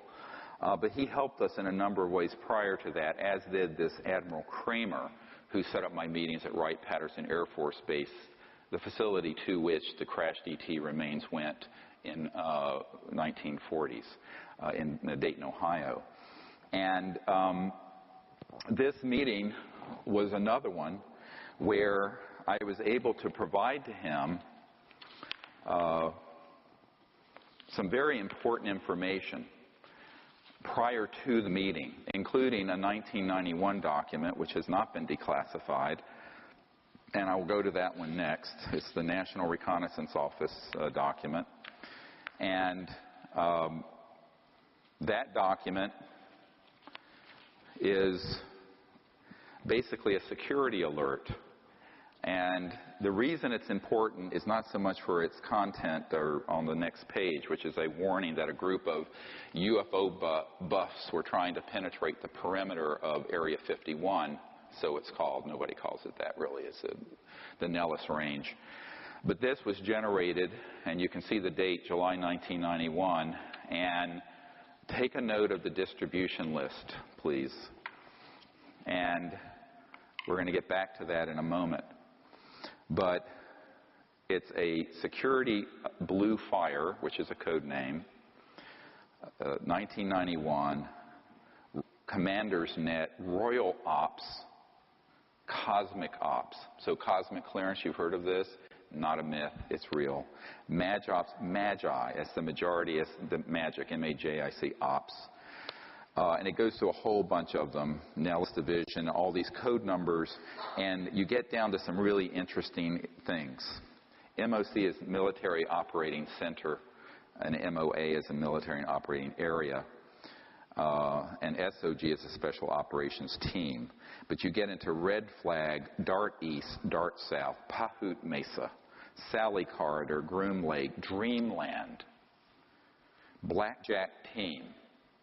Blackjack Control is at the Edwards Complex in California.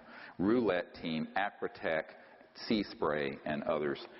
Now, it's not clear to me who gave me this why they blacked out a couple of things. Maybe it was things that they were involved with personally and they didn't want to get fingered. But this secret document went to the Admiral prior to our meeting, and he actually recognized one of these entities. And he made an inquiry, and it was being run by a contractor.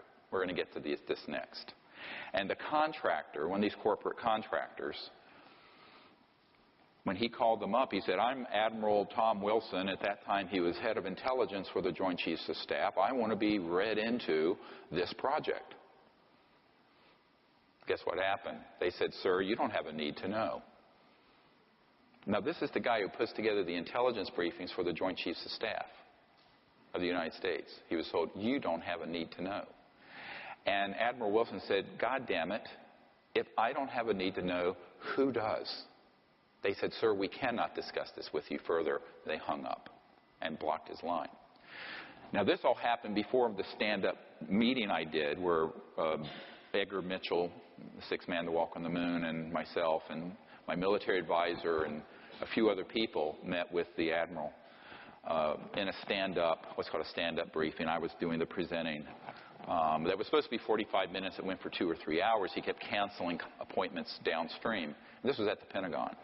And so I said, well, you know, sir, don't feel bad. And he looked at me. He said, well, who else is in this situation where this group is blocking access, who are in the national security apparatus? I said, well, the president, the CIA director, etc. And I started naming them, and he was just, the fear in his eyes, the palpable fear and anger that something this important, that is real and legitimate, and he knew it was, could escape the oversight of folks who have the security of the United States in their hands. So basically, they're trying to navigate without IFR. They're trying to navigate without radar. through the dangers of the world, because the most important technologies and the most important information and the most critical national security secrets are completely out of their scope, off their radar.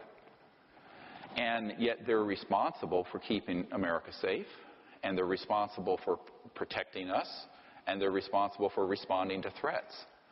And so at the end of the meeting, I asked him, I said, well, Admiral, do you think you can help us? And he just sat back in his head, this big chair. He sat back. He says, look, he says, what I've learned from this meeting is that there is an illegal operation that has hundreds of billions of dollars and over the years trillions, that has technologies that can do circles around my B-2 stealth bomber, which is the best thing I know about. How am I going to take them on? And I said, well, it can't be through a military engagement. It has to be through infiltration.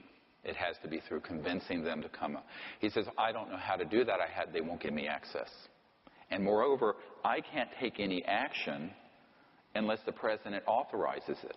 And at that time, the president was Bill Clinton.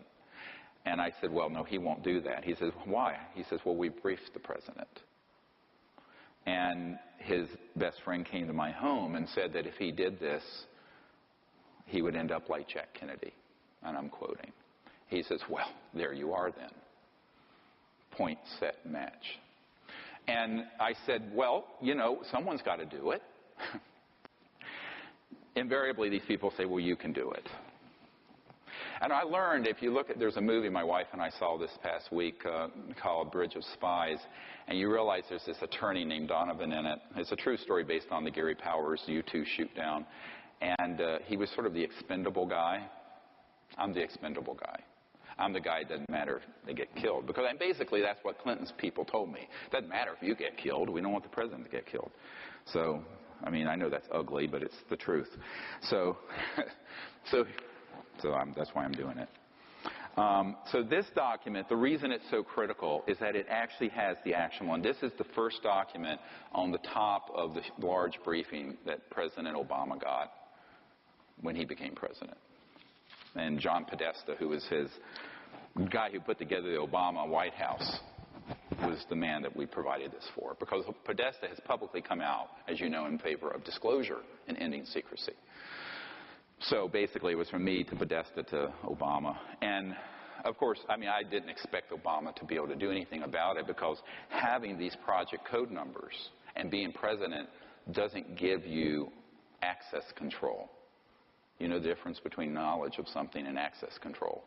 You can know about something, but if they're non-responsive to your orders, like they were to this admiral, it doesn't matter if you're a general or the president or a CIA director, because they're basically going to say, buzz off, we have more power than you do, and go away.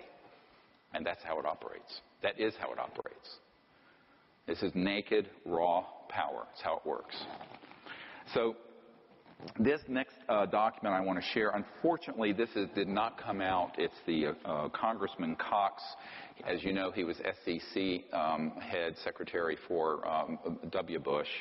But back when he was a congressman from Orange County, a good friend of mine who knew him set up a briefing between me and the congressman at his offices in Orange County. And he was on several key committees, Armed Services Committee, et cetera, and so on. And he wanted to know about the UFO issue, and I said, okay, well, I'll come in and I'll brief you. And he said, well, this has never been brought up at a briefing. I said, no, you wouldn't be, because I briefed members personally of the Senate Intelligence Committee and Foreign Relations Committee and House Government and Oversight Chairman and everyone you can think of personally face-to-face. And in every case, they have been completely without access. And when they make an inquiry, they're told no such project exists. It doesn't exist. It's unacknowledged. Unacknowledged. Doesn't exist. And he says, well, I would like to know. He says, where the heck are these things going on? And who are the corporate entities? And where are the bases? So that was the genesis of the famous Cox memo, which, became kind of infamous because I wrote it to him. And I basically did a subject of a brief summary of the people who I briefed who don't know and a course of action that he needs to take. Unfortunately, that document didn't come out. It got scrambled by the electronic gremlins in the computer, unless he's fixed it. No, he hasn't. So basically, I describe who is not able to do this, but where the places are. And that was the genesis of this, which is the facilities list. And I want to go through this very quickly of where the key facilities are. Now, keep in mind, these are all run by a hybridized entity. It's part government, unacknowledged special access project, compartmented, deep black, transnational security state, and 3/4 corporate. The action is in the corporate sector. But at each of these bases, there are contractors who run the operations. Do you understand how this works? In other words, the government doesn't do that much. The government does WFO, work for others. So they issue contracts. So you'll have Bechtel Corporation, or you'll have Lockheed Martin, or you'll have whatever. But the key facilities I want to go through, and there are others. This is a list that I updated it for the president in 2009. A very chief one is Edwards Air Force Base, and there's a whole constellation there. Haystack Butte, China Lakes, George Air Force Base, the retired Norton Air Force Base, Tabletop Mountain Observatory, which is run ostensibly by NASA, and Blackjack Control. So I had a source at Blackjack Control associated with the Edwards-related facilities, but the Blackjack team you saw on that list was Nellis. So there's Blackjack Control and Blackjack team. And then there are airspace facilities, and these are all DUMBs, Deep Underground Military Bases, or UGBs for short, underground bases. Northrop, the Anthill Tejon Ranch, McDonnell Douglas, the Llano Plant, Lockheed Martin, Hellendale, the Phillips Labs, and the North Edwards facility. And I will add that since then, a newer facility called the Cube, which is up past Lancaster, Palmdale, up in the high desert outside of in the Edwards Range and classified airspace, is a Lockheed Martin Skunk Works facility where the state-of-the-art R&D is going on. Keep in mind that Lockheed and Northrop have multiple generations since 1954 of what you would call a UFO, man-made UFO, that are, as the head of the Lockheed Skunk Works said to several people on my team, including Jan Harzan, the new head of MUFON, the Mutual UFO Network. He's an IBM executive that's retired. I've been friends with him since the 20s. I mean, since the 90s. He is a man who is of great integrity, and he actually was at the meeting along with several other of my friends when Ben Rich, the head of the Lockheed Skunk Works, a super secret, it's where the U-2 spy plane in that movie came from, said, we can take E.T. home. We already have the technologies to take E.T. home, and ended his presentation with a slideshow of a black disc going out into space. Sounds fantastic? No, it's not. This is the head of the Lockheed Skunk Works. So we're flying around on jets, which are basically a vacuum tube that's pressurized with a bomb, a prepositioned bomb called explosive jet fuel A that you're flying on, thousands of gallons of, when we have had these things since the 50s. How ridiculous. We're sending our astronauts up on rockets that blow up and kill them like the shuttle astronauts when we've had these things since the 50s. This is criminal. It's outrageous. But that's the way it is. So this is how it's developed. And then I just wanted to let you know that this new facility, the Cube, is, I have an engineer that I've met with who works in that facility. And they work on not just the propulsion systems, but also the electronic warfare systems and the bio-nanotechnology, which we'll get to after our break. And those are the things that the UFO retail world of books and movies and conferences would call aliens. These are man-made. They have integrated circuits in their brains. and they walk around. They're little gray or reptilian or creepy-looking things. These are man-made, 100%. And I know the men working on that, but the cube is associated. That's one facility associated with those. Another facility is Dulce. Another one is Pine Gap. So the other, of course, you've all heard Nellis Complex. It's Area 51. More specifically, it's S4, S9, and S12. Those are compartmented areas. You have to have a password and biometrics to get into them. Pahut Mesa and Area 19 and Groom Lake. These are all things that have been provided to our government officials. In New Mexico, you have the Los Alamos National Laboratory. It has an underground connector, underground, that goes to the Dulce complex, which most people don't think can really exist because you go to Dulce, there's nothing there. Remember this simple fact.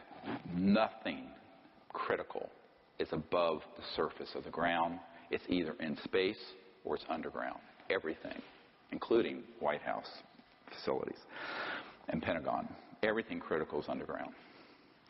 The Kirkland Air Force Base has the Sandia National Laboratories and the Defense Nuclear Agency, Phillips Labs, again, Manzano Mountain Weapons Storage Facility and underground complex that connects, Coyote Mountain Test Site, north end of Manzano, the White Sands Complex, and again, the Dulce Complex.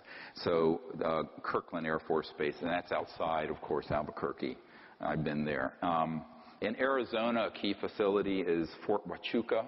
It's a underground base, most of it, that's critical. It's Army Intelligence Headquarters. There is a storage facility where a man, as of the 1970s, who was on my team, worked in it. And at that time, they had 9 extraterrestrial spacecraft that had been down using these electromagnetic pulse scalar weapons, and a whole lot of different ET species that were frozen there. And that's at Fort Huachuca, ironically near Tombstone. The other ones that I just want to mention, Cheyenne Mountain, which is under the mountain in Colorado Springs, has a dedicated area for just the Deep Space Network tracking of interstellars that are in our solar system. And one of my military advisors, a man who's been in many of these unacknowledged special access projects, actually was in that facility and got to see this Console 50 where they had tracked, and he said that they had tracked an object at that time that was in our solar system that was 26 miles in diameter, an artificial ET object, moving, as he put it, under its own steam. He's a Navy guy. I said, I don't think it's working with steam, but yeah, you're right. Another critical facility is the Lawrence Livermore Labs, the Pine Gap underground facility in Australia. I have a picture, actually, of the above-ground facility there that a man who worked there sent to me. The Redstone Arsenal underground complex in Alabama, that also has an association with the Marshall Space Flight Center.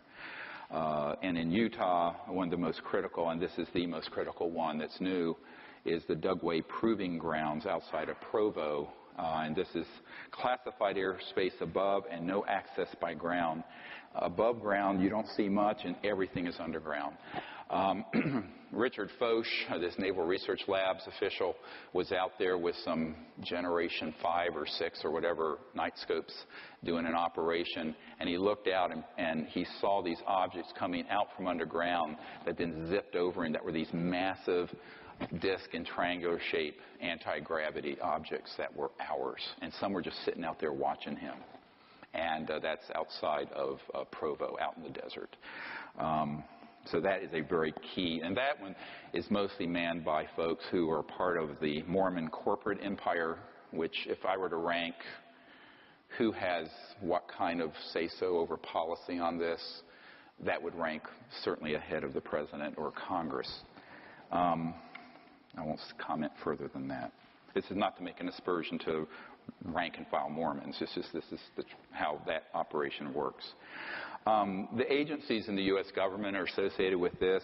The AFOSI, Air Force Office of Special Investigation, of course, compartmented operations at CIA, the Defense Advanced Research Project Administration, the Defense Intelligence Agency. Now, notwithstanding I briefed the general who was head of it, he wasn't given any information, but we have Disclosure Project witnesses who are DIA assigned contractors who were very involved in ET and UFO technology issues. Certain compartmented operations at the FBI being tightly held. And every military intelligence division, Army, Air Force, Navy, have compartmented, unacknowledged operations that feed into this MAGIC committee. The National Reconnaissance Office, the National Security Agency, again, a very compartmented operation, certainly nothing that Edward Snowden had access to my knowledge, although it's been asked, and the various space commands. Private corporate entities include BDM Corporation. Bechtel Corporation does most of the underground base construction. I know that the tunnel being built from Los Alamos over to Dulce. For years, people heard, you look and Google this, the Taos, T-A-O-S, hum. A lot of New Agers thought it was like Gaia singing or something. I'm going, no. There's a massive nuclear-powered tunneling device that was going from Los Alamos over to Dulce, and as it was going, it goes through bedrock and glassifies it into this massive tunnel that then anti-gravity electromagnetic vehicles transport people carriers underneath the ground. And as it was going through that bedrock, it caused this vibration. But that was being operated by Bechtel, and I was at a meeting with Stephen Bechtel once, and they are very key. And Booz Allen Hamilton, of course, is who Snowden worked for, but they're a key contractor. They do have a compartmented operation dealing with this. Boeing Aerospace, EG&G, very key facility for creating electronics and also the state-of-the-art nanotechnology implants that are put into abduction victims, people that think they had contact with ETs, but they're actually being abducted by military and corporate folks. E-Systems, which is now a division of Raytheon. Lockheed Martin, I've mentioned. McDonnell Douglas is now part of Boeing. MITRE Corporation, M-I-T-R-E, very key in terms of anti-gravity and high-tech. It's here in the D.C. area and other places. Northrop Grumman. I mentioned Phillips Labs before, Rockwell International, SAIC. Now, this is one of the crown jewels.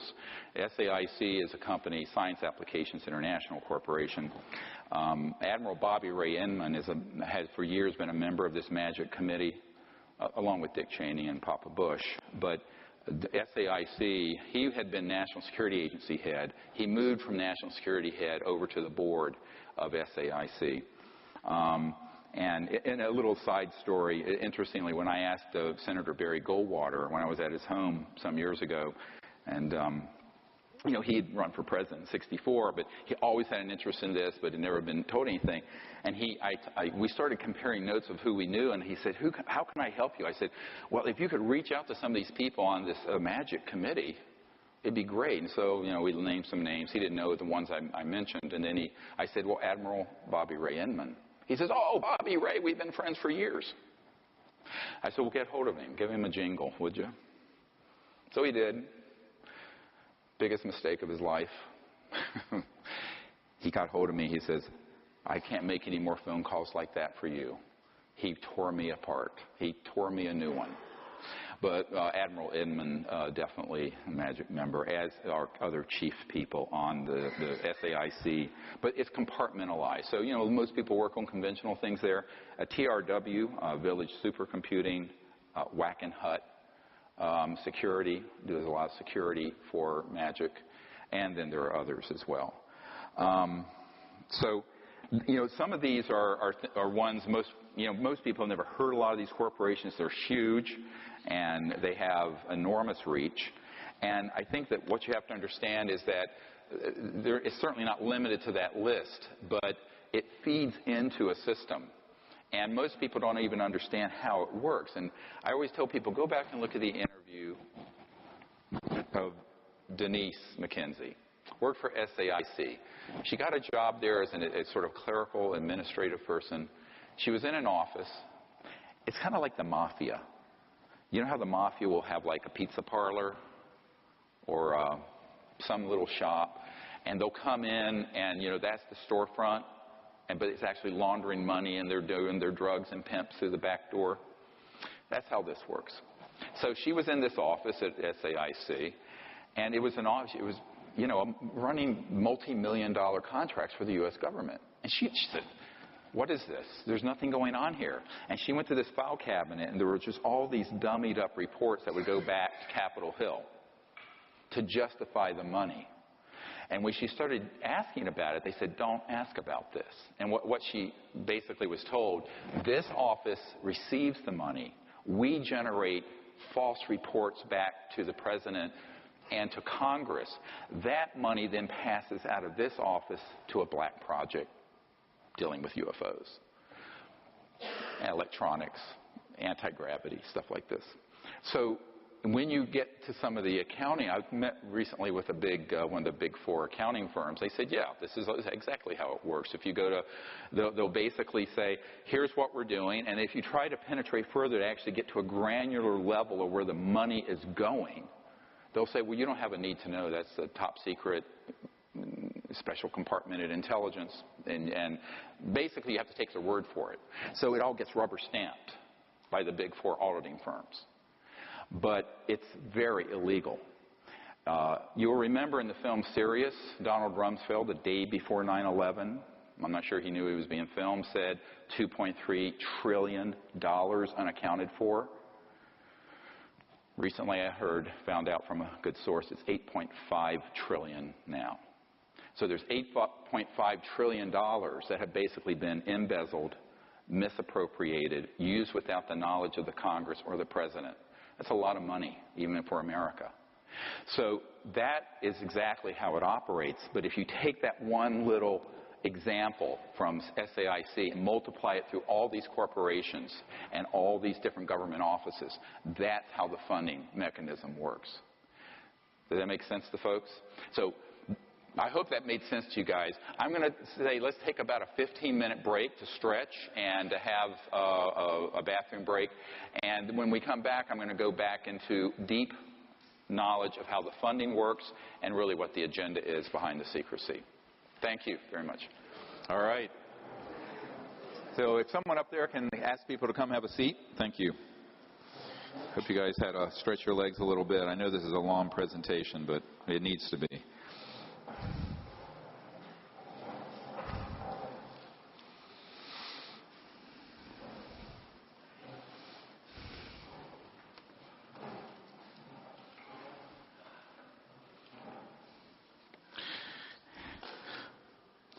So thank you. I'm glad everyone made it back.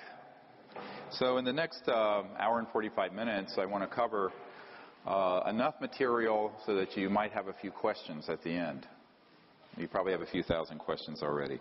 One thing I want to go into just very quickly is the key role that control systems play within the media and the scientific community. Now, this sort of surprises a lot of people, and some people are not surprised. First, let's deal with science. One thing you have to remember about science is that scientists are humans first and scientists second, right? All of us. And there are scientists who pose as objective scientific folks who are on the payroll of various agencies. For example, in this cache of documents I received, there's a very famous astrophysicist at Harvard named Dr. Donald Menzel. And Menzel was the chief UFO debunker who went around telling people none of this existed in the 1960s and all through that era. And he was on many panels, and he was the person who would look at evidence and then say, not true, not true, not true. It turned out, I have a document from the CIA where it talks about their contract with Dr. Donald Menzel at Harvard. And it said, but it cannot be acknowledged that he is being paid by us because the public needs to believe that he's an objective scientist telling the public from the perch of respectability at Harvard that this isn't true. So until the time of his death, this wasn't known. Now, in this cache of documents I got in 1994, officially released by the CIA, the provenance of this document is not in question. It names him. So just extrapolate that out, how easy it is to do that. Same thing with a guy named Professor Condon.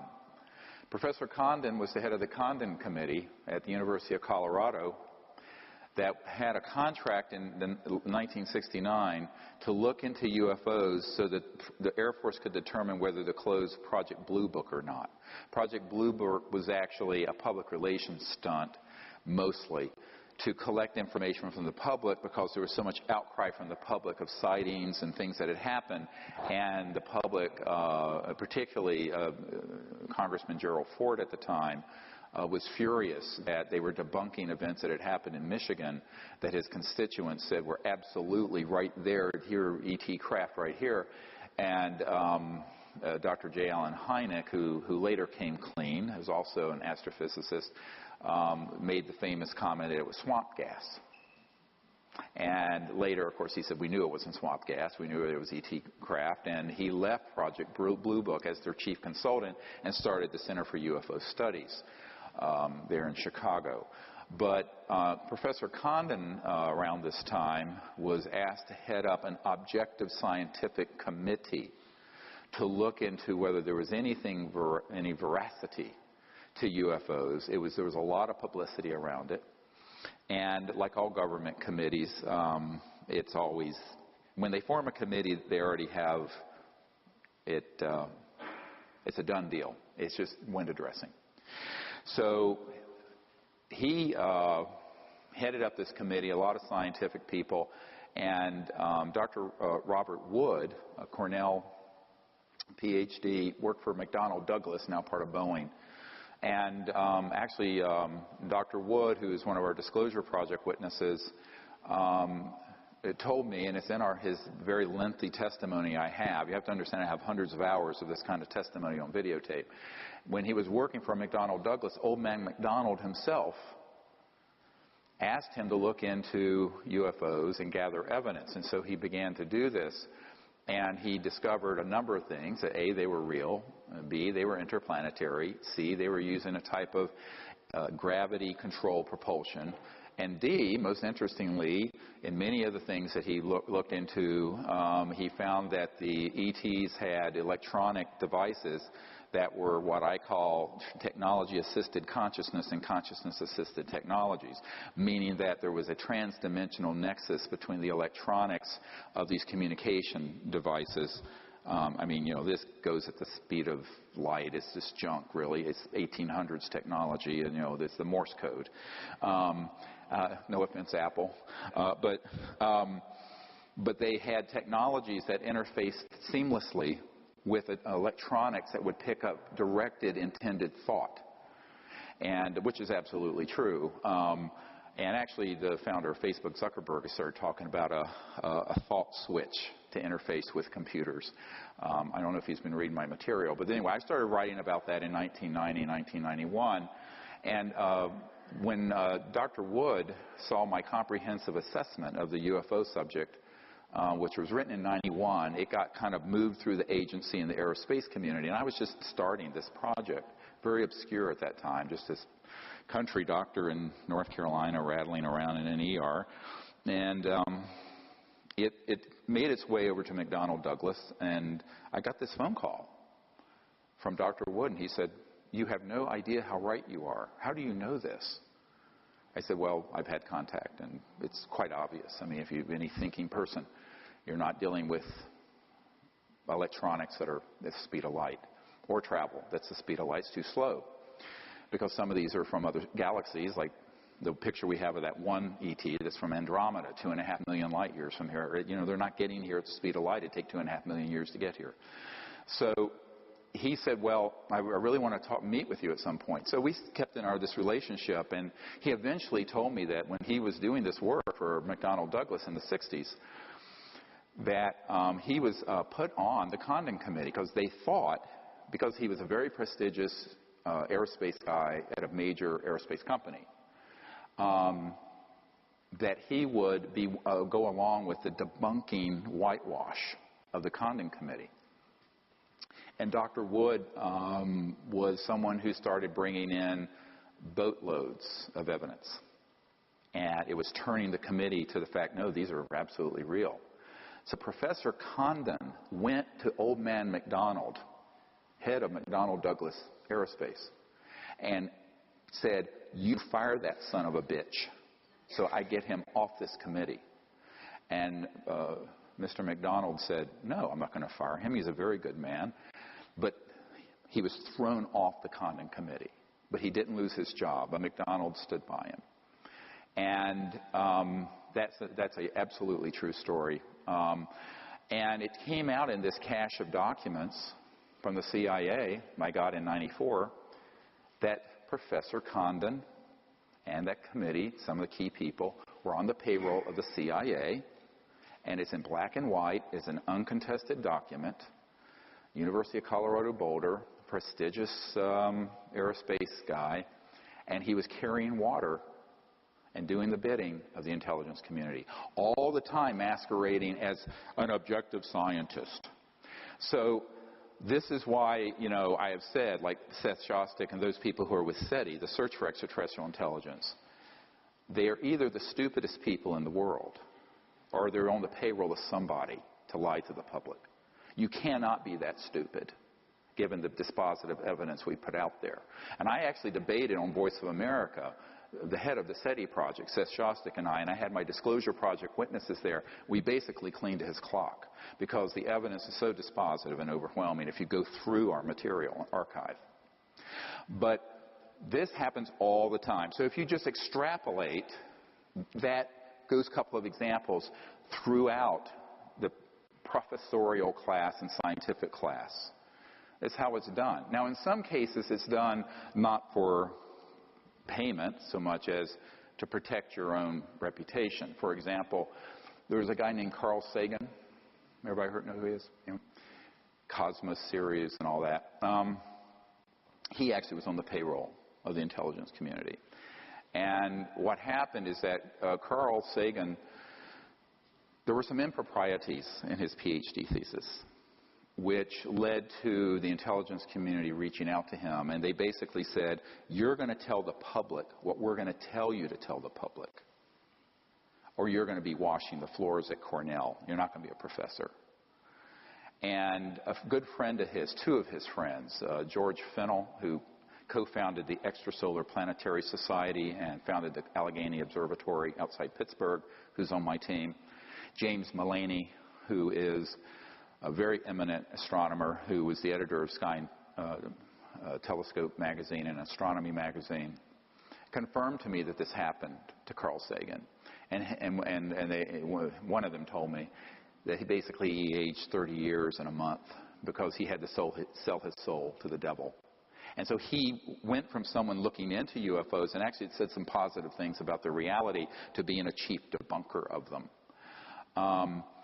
And that was a real tragedy because they had what's called opposition research, like a political party had. They had dirt on him. And they used it to turn him. But to the public, he was this renowned, respected scientific figure. So just magnify that all through society. That's how it operates. And I know it's not a very pretty picture. It's a little cynical. It's not cynical. It's just a reality. People need to, childhood's end here today. Wake up. This is how the world actually works. It's bare knuckle time. And that's one of the big problems, is that the same thing happens in the media. Everyone thinks we have a free press. We don't have a free press. We have a free press about things like the stain on the blue dress or something like that. Or other, Kardashian's wardrobe. But on anything really critical like this, we do not have a free press. And I can give you many, many, many examples. I'll only give you a couple. And this involves both the mainstream news media and another one that involves Hollywood. Take this and extrapolate it. Ira Rosen won his Emmy working with Mike Wallace at ABC News. He then became the executive producer, ABC News New York, for Primetime Live in 2020. When we started moving forward with the Disclosure Project, he came out to my farm in Virginia and came out with a production team. I gave him 35 hours of top secret testimony and countless top secret documents. And he says, either this is the biggest hoax in the world or the biggest story in human history. And he says, I think it's the latter. I said, it is. He says, we're going to do a series of town hall meetings with your witnesses, and we're going to do a huge expose on this. I said, I don't think ABC will let you. And he said, I'm the executive producer, and I have the final decision over this. I said, Ira, I don't think they'll let you, but I'll cooperate here. You know, here's 20 years of research and all this effort. You can have it on a silver platter. No payment. I'm not a consultant. I give everything away for free. So he goes back to New York. He takes me up there. You know, there's Diane Sawyer and all these guys. Well, you know what's interesting? And I said, well, if you can make this happen, it's awesome. So a couple weeks later, he calls me up rather sheepishly. And he says, Dr. Greer, they're not going to let me do this story. And I said, well, Ira, I thought you said you had total control over programming for primetime live. He says, Dr. Greer, not for this. And I said, well, who are they? He says, Dr. Greer, you know who they are. And that was the end of it. And we've stayed in touch. He's now back with 60 Minutes. But that was one of the reasons why many of you may remember that Mike Wallace went on Larry King Live and had a deep depressive breakdown. And he talked about, he kept saying, I was a fraud, I'm a fraud. And part of it is that a guy named Schwartz, who was on the board of Time Life, and I met. And he was very good friends with Mike Wallace. And Mike Wallace had gotten a hold of a cache of these documents. And I was in New York at a party. And Bob Schwartz said to me, he says, look, he said, the media has become the scribe taking dictation from the right hand of the king. And particularly on something like this. And so Mike Wallace, who was this esteemed investigative reporter, couldn't touch the biggest investigative reporting story in history. And he felt like a total fraud and went into a deep depression over it. If you take Hollywood, the same thing happens. The only movies you really see that come out anymore, now Close Encounters of the Third Kind by Spielberg was a docudrama. He was given access to some of the secret files at Wright-Patterson Air Force Base. That's true. If you haven't seen that movie, go see it. It's classic. But in modern times, that was in the 70s, I think, it just isn't possible. The studios are completely mobbed up with people, just like these scientists who actually are on the payroll, with people that respond to the intelligence community. So Arnold Kopelson was a huge producer, had multi-billion-dollar in gross sales for his movies, flew me out to L.A. He wanted to do an enormous expose, true life story, be like Argo, but based on my work and what I've done. It'd be a thriller. Because, you have murder, you have mayhem, you have intrigue, you have ET contact, you have the whole thing. He loved it. And he was there, and I was at 20th Century Fox, and he had a $60 million discretionary budget to do any movie he wanted, pre-approved, because he was a big name. And I said, well, Arnold, I don't think they're going to let you do this one. He says, oh, yes, I'm Arnold Kopelson, and I've done this. And he took me to his vanity wall of all his awards. I said, great, wonderful, give me a call. So he sends one of his chief assistants here to D.C. when we're doing the private closed briefings for members of Congress in April of 1997. And she goes back, and he goes, he said, this is the most incredible bunch of information, because we filmed all that. And so I let him have that closed briefing film. He says, this is going to be the biggest movie. It'll be bigger than E.T. or Close Encounters or any of them. And certainly it'd be bigger than something like Avatar. I said, well, good, do it. So, but I don't know if they'll let you. He says, why do you say that? I said, well, let's see. Let's put it in, start it down the path and let's see what happens. A few weeks later, I get a call from Arnold Kopelson. He says, Dr. Greer, they won't let me do this movie. I said, oh, Arnold, I thought you had this $60 million already in the bank ready to roll. He says, not for this. Fox has killed it. Put it in turnaround faster than 10 light years of light speed. So it went into turnaround and got killed. And turnaround means when you take a film and basically kill it. So that's what happened, and it's happened. I give you this example. If I'd be here until tomorrow morning giving you examples I've had with the media, the mainstream media, where this has happened over and over and over again. So one of the problems is the big media do not allow certain things to be exposed. And we have been brainwashed to think that we're the land of the free and have a free press and a free market, etc. But we do only within a certain confine. But ironically, that confine is a prison. Because how do you have a free market if the most important technologies and information of the last 100 years is sequestered and can't be used? I mean, that's not a free market. That's a managed market and controlled, and it is. Same thing with the media. So that's really how that works, and you need to understand that's a very important component of how magic infiltrates and operates. And keep that in mind whenever you start seeing a major media report. And now with the Internet, we can put something out and it can reach. Ironically, we can put a video out and it'll have 5 million views, and it'll reach more people than Larry King Live used to, or most of the CNN talk show hosts get. So luckily we're able to bypass it now, but back in the good old days. But even then it's sort of relegated the mainstream. The thing that people respect for their source of news, CBS News, ABC News, CNN, et cetera, and so on, won't touch this in a credible way.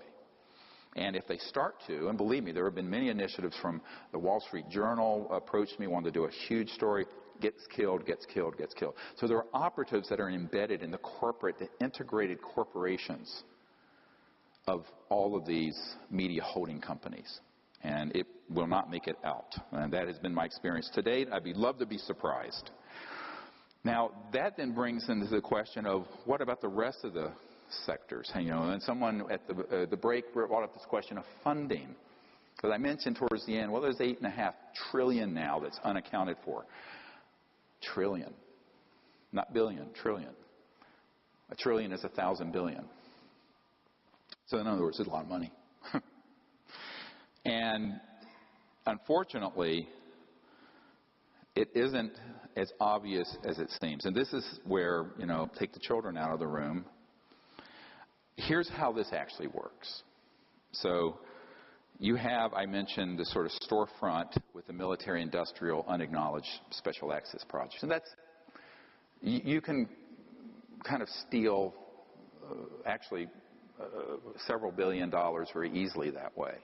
And each year, I estimate, out of the Treasury of the United States through these operations, is between 100 and 200 billion dollars. Not, a huge amount, but if you look at the military, intelligence, Homeland Security, FBI, and there are other people. There was a undersecretary for HUD for Bush, George H.W. Bush, who discovered that HUD money, housing and urban development money, was being siphoned off into these black projects. And she started to blow the whistle on it. She got fired. So one of the things you have to begin to get your mind around is how the unacknowledged special access projects can penetrate not just the intelligence and military, but other agencies, and then siphon off funds. And you get a trickle here and a trickle, and it becomes this huge river. Now, there's another second and very important way that funding happens, and that is through monetizing products. Now, what do I mean by that? Let's say that you're Bell Labs back in the old days, or some of these other large corporations, and you're studying under U.S. funding contracts in these unacknowledged projects a technology, and you figure out, oh, this is really what you can do with an integrated circuit and miniaturize it. Or this is what you can, these things we collected off the desert floor in 47 were these little fibrous things that you put a light at one end, boom, it's perfectly transmitted to the other, fiber optics. So you then create a market for it, and you allow some of this out, but there's a huge amount of money made on productizing fiber optics, integrated circuits, miniaturization, microprocessors, things of this sort.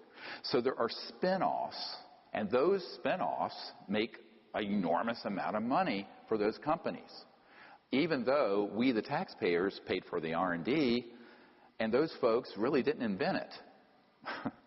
But they benefit from it, from the corporate level. So that enriches the corporation so that it can then self-fund through licensing and productization things that were actually funded by the taxpayer. Now, Big Pharma, the pharmaceutical industry, does this all the time. They take stuff that's being funded at NIH or through university grants. The breakthroughs happen in basic science. They then take it one step further, patent it, license it, and next thing you know, a course of chemotherapy costs you $250,000. That's how it works, like rituximab. So, but that's been done with these high-tech programs since the 40s and 50s. So that's a huge source. So then they have their own funding. But now you can see how they can lift off the reservation away from government even more because they're more independent, corporate. Then there's the banking sector, and this is the big one.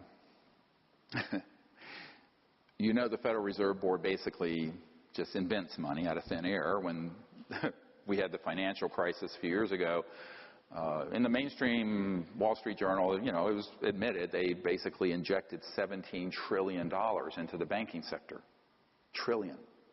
TARP was a small part of this. 800 billion, not much. This is 17 trillion. They basically, at no interest, gave $17 trillion to the gangbanksters, I call them. They are gangbanksters. And those guys who have integrated, if you look at the corporate nexus between the banking and financial sector and these large corporations and these government agencies, there is a nexus that gets woven. And the real power is really in the financial, macroeconomic level.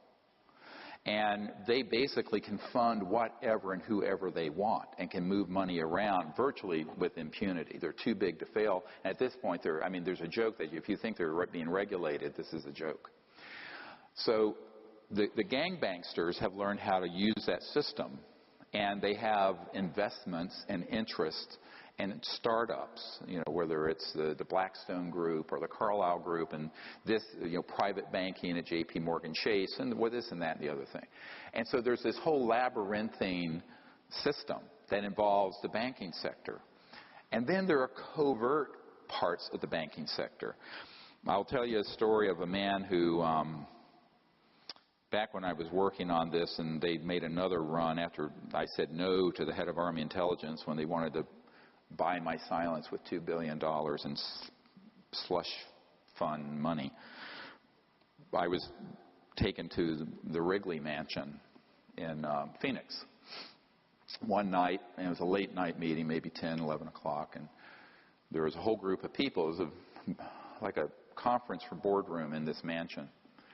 And around the table were a whole bunch of suits, and most of them were corporate, a couple government. And they say basically to me, you know, they said, you don't need to bother with someone like the president or the CIA director. They don't know anything, and they're not going to know anything. You need to be meeting with people like, well, us, who do WFO, work for other programs for the government. And there are certain orders of Jesuit priests who are involved with technology transfer policy. I said, what?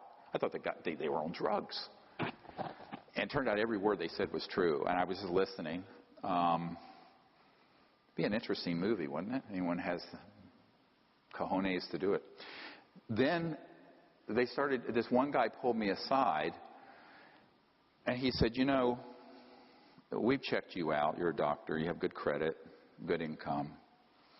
Take out as many platinum cards as you want. Give them to me.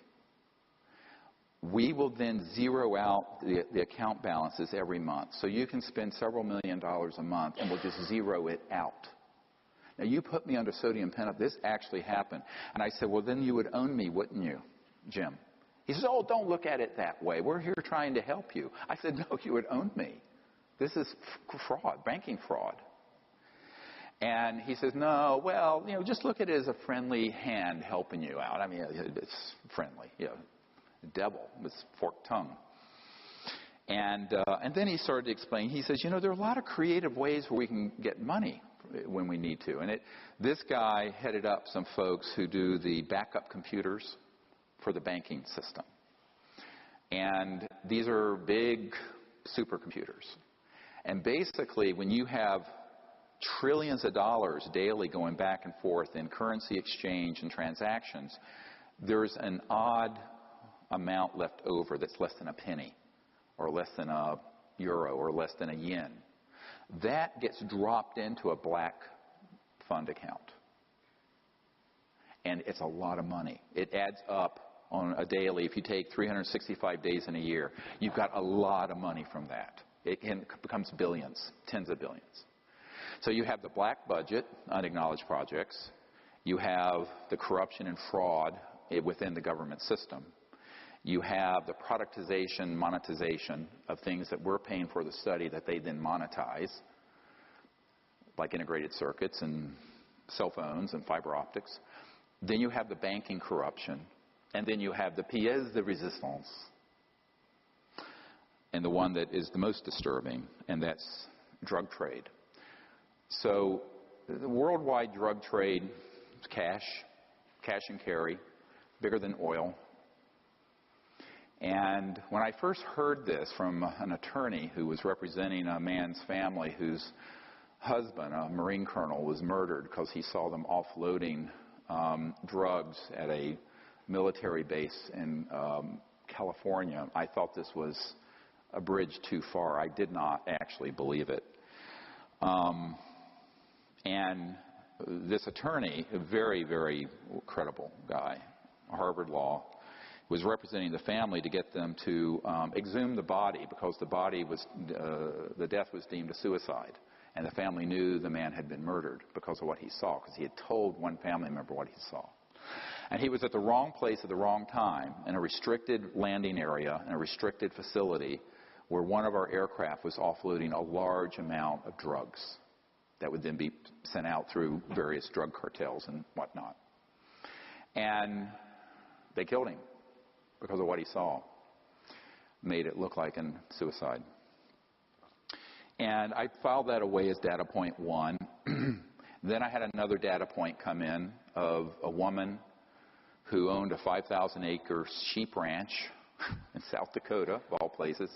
But adjacent to it was what had been a chemical weapons storage area and an underground facility.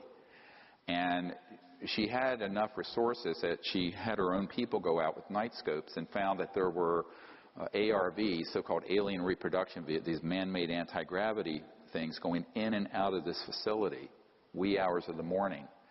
And then she got someone close enough who saw that they were offloading huge amounts of chemical weapons, armaments, and drugs. So arms shipping as well as drug shipping. She contacted Senator Daschle, the senior senator of South Dakota, who started digging into it. He got threatened personally. I have a whole dossier file on this in my vault. And he backed off of it. He ran from it light years. He had the speed of light to get away from it because they made it very clear, stay away from this, Senator Daschle. He said, I can't help you anymore. So she reached out to me saying, can you help me? Because part of what was happening is that some of these chemical weapons that were stored there were leaking into not only the groundwater, and where her sheep, and a lot of them were dying. And it was like these containers that were corroding. It was like a Superfund site, but classified. It was a disaster. And that's why she was so concerned. She had 5,000 acres. And I said, look, I'll make some calls and see what I can do, but I've got a heavy lift here I'm doing on my own besides your sheep. But this is a very real case.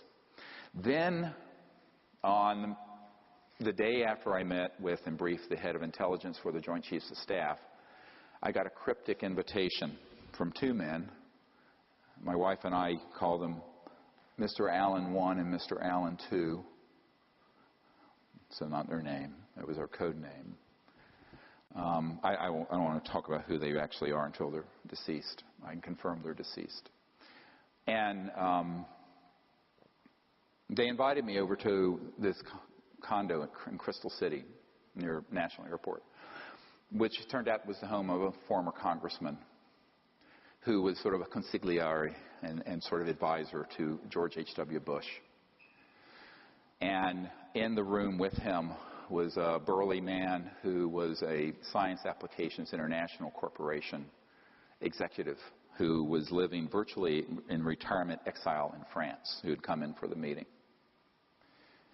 And it was shocking what I learned, but not so shocking given what I've just told you. But they said, do you understand how dangerous this group is? I said, yes, I do, personally. And they said, but do you understand what they're really doing? They're destroying our world. They're destroying our planet. They're destroying our country. And these are the ones that have gotten off the reservation even from George H.W. Bush and have escaped control. Gangland style. I said, yeah, I know that there are special compartmented operations that are unacknowledged that aren't even under the control of MAGIC anymore, M-A-J-I-C. They said, yes, there's a big one, and it deals with drugs. He says there is an army of 8,000 men that are special operations folks. And they said that they move drugs all over the world and the country. And we have killed 2,000 of them, murdered them, thrown them out of helicopters, missing in action, because of minor infractions in security, or a hint that there might be. 2,000 of the 8,000. And they began to describe this program in detail, and I listened. And they said, so this is part of the problem you're dealing with. And by the way, to connect the dots, this is why we don't have legalization or decriminalization of drugs, which every health policy person knows. You can buy anything on the streets of any little town in America. It needs to be, it needs to be something where there's treatment, education, what have you. But if it was made legal, you would take away an enormous part of the funding for this criminal cartel. And it is the biggest criminal enterprise in the world. So one of my attorneys said, what you're really describing is a transnational RICO, racketeering, influence, corrupt organization. I said, yes, of course. He says, well, the civilians can mount outside of the government a proceeding against using the RICO statutes, basically, which was set up for the mafia. I said, yeah, if you know an attorney that has the courage to do it, let me know. And this gets into something else that could be done. And with the information that we have and the people that could be asked about. And that is a major investigation with a Whistleblower Act result. What do I mean by that? The Federal Whistleblower Act allows for someone to blow the whistle on illegal and corrupt activity. And what is recovered or exposed through that whistleblower, the whistleblower gets a percentage of. In this case, we'd be talking about billions of dollars. So if there's a legal team that wants to head this up, and some more whistleblowers that we can put together, that's how you could fund the Energy Lab. But it would be a very big lawsuit and project. It can be done if there's anyone who has the wherewithal to do it. I've mentioned this to a few attorneys, and then when they find out who you're really taking on, they go, no thanks, no thanks, no thanks. So it's all about courage. You have the courage to take on this sort of Fourth Reich that's really running these projects, this neo-fascist transnational security state. But that is another big part of the funding mechanism. And there are others, but these are the big pillars of how you get funding for an unacknowledged special access project. It isn't nice and it isn't pretty, and then it ends up doing things that are completely out of the control. If we go to the next document from Prince Hans Adam von Liechtenstein, this is going to get heavier and darker for a little bit until it gets better. Just bear with me. And, I don't know if you know who this is. Liechtenstein is a big banking empire. And they funded a lot of Adolf Hitler's work. And the crown prince is their king. So this is a man that I've met with and known for a number of years. I think this is dated 1994. And Hans Adam von Liechtenstein, the first time I called, I was asked to call the castle. butler or someone picked up, and then he was immediately put on, and we talked, and he says, well, I don't want to talk on the phone too much, but we should meet. And these letters, you can go to the next one also. It was maybe a month later or something. It was from the castle, Vaduz, and this is the actual letters. He basically said to me, let's get together. And I think he was wanting me to come to Europe, and I said, well, I'm too busy. I'm working as a doctor. And then it ended up, although it's not reflected in this letter, he came to New York and stayed at the Four Seasons Hotel there in Central Park. And so he invited me over, and I had a meeting with him. But he says, from what I know of your assessment is correct about the group, this cabal, which is controlling the issue we discussed, UFO. I suspect they have very good reasons not to inform the public, and therefore I am highly skeptical about your chances of success. But he still wanted to meet. So I said, okay, let's meet. So this is where it's going to get into some shock and awe. In 94 in July, I go up and meet with him at the Pierre Hotel, Four Seasons. And the reason he didn't think it could succeed is that he told me the ETs wouldn't allow it. They wouldn't allow disclosure to happen. I said, excuse me, we're making contact, and it's clear that, He said, well, let me tell you what happened. So he was involved with a lot of UN programs and also with George H.W. Bush, the first President Bush, and a man at the UN named Perez de Cuellar, who was the Secretary General at the time. I had done briefings with the predecessor, with the one after Boutros Boutros-Ghali. And he said to me, the reason I, on the phone, told you that it wouldn't be allowed isn't that it wouldn't be allowed from the point of view of the government, but the aliens won't allow it. I said, well, that's ridiculous. I mean, since we've been talking, we've gone down to Mexico, had craft come out. I said, they're obviously wanting to make contact if we do it in a peaceful way and not a military way. He says, well, this was attempted before you started your organization. I said, what are you talking about? He says, well, in November of 1989, in the fall of 1989, President Ronald Reagan, Mikhail Gorbachev, Perez de Cuellar, and himself, this guy, and others met on a committee, very sensitive and classified, to organize basically what I did with the Disclosure Project, to announce that we weren't alone and end the secrecy. And he said what happened is that Perez de Cuellar, the Secretary General of the United Nations, was coming back from a 3 a.m. late night planning session for this event when he was abducted by aliens from his motorcade in Manhattan. And I said, oh, really? And he proceeded to tell me the gory details of what happened.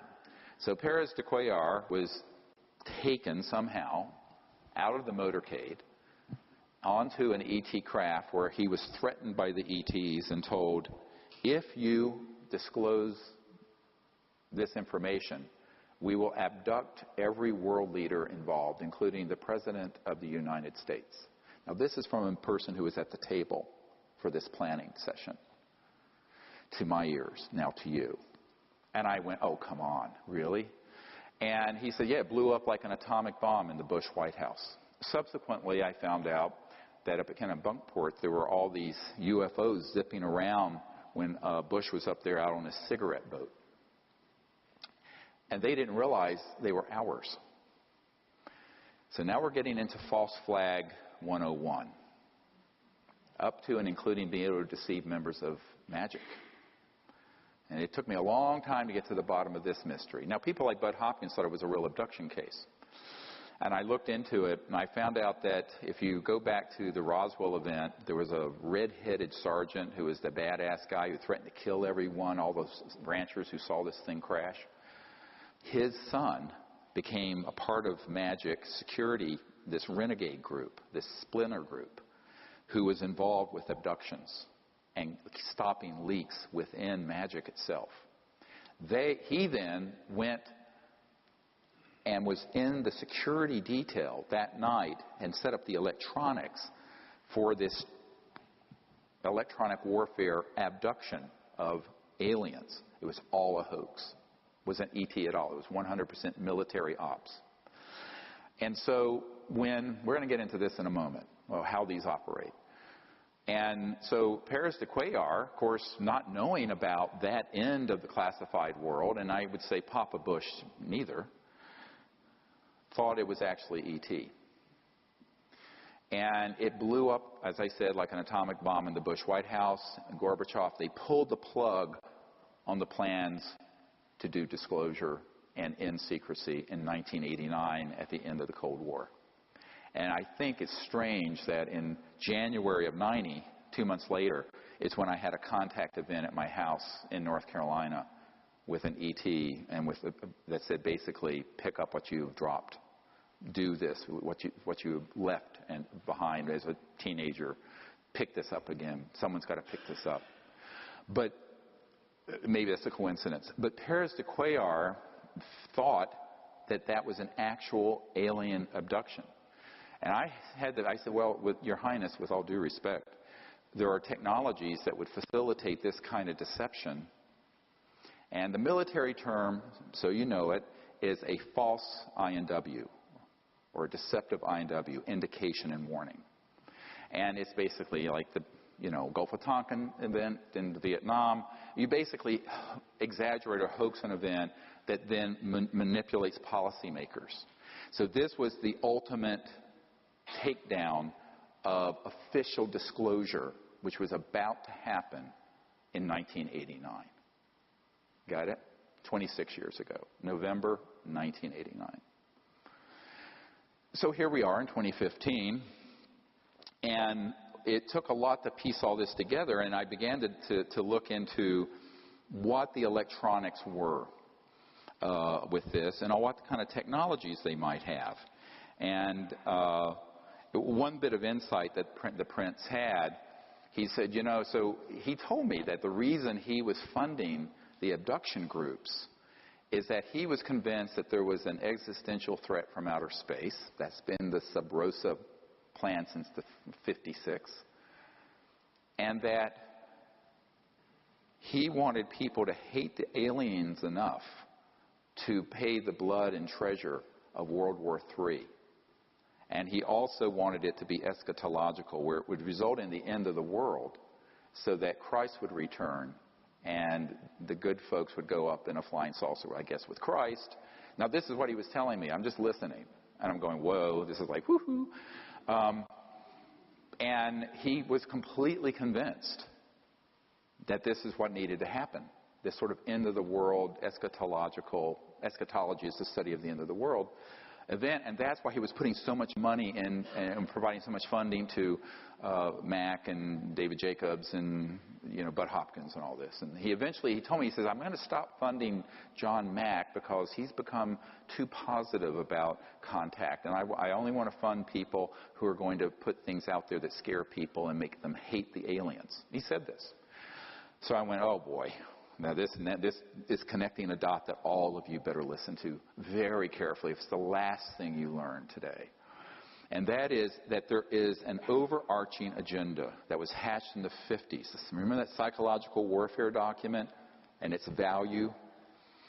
That was hatched between 53 and 56 to create the specter of a threat from outer space that does not exist. Werner von Braun stated on his deathbed, and we have the testimony of his assistant, that and said, they will first have the Cold War, then we decided there would be nations of concern, then global terrorism. We have this testimony from before 9/11. Then that would be followed by threats from outer space. They'll start talking about asteroids and things of this sort, but the ultimate one they're going to play is the alien threat, and it's all a lie, and it's all a hoax. But in order for the lie to work, they have had to create a body of disinformation, false information, and frightening scenarios, and actual events that would be convincing to our policymakers like Reagan, convincing to the average person, and to the UFO public that consumes videos, entertainment consoles, movies, etc. And that has been the 50 to 60-year plan. Don't forget that no less a figure than Douglas MacArthur in his last address to the Congress said World War III will be interplanetary. So they have been wanting to provoke an interplanetary conflict for as long as I've been alive, and I'm no spring chicken. And, all right, so this gets into a huge problem of how people consume information and can be manipulated through fear. Because if you look at the roots of human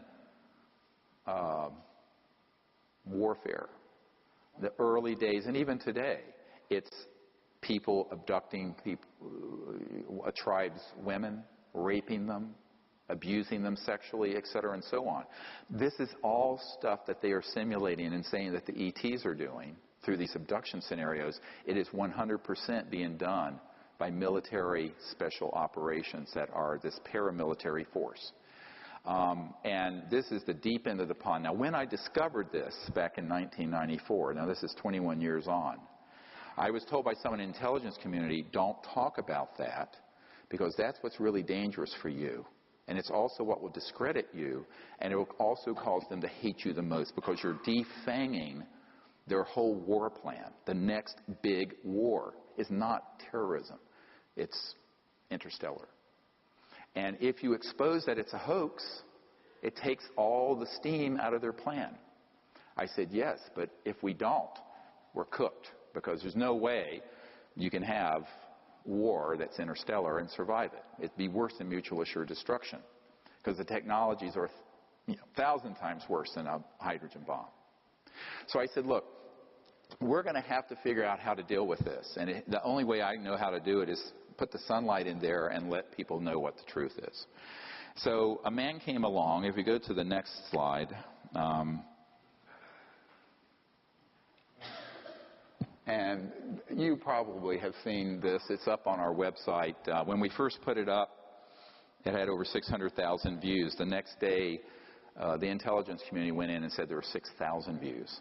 By the way, if you believe the metrics on Google and YouTube, I have a bridge to sell you.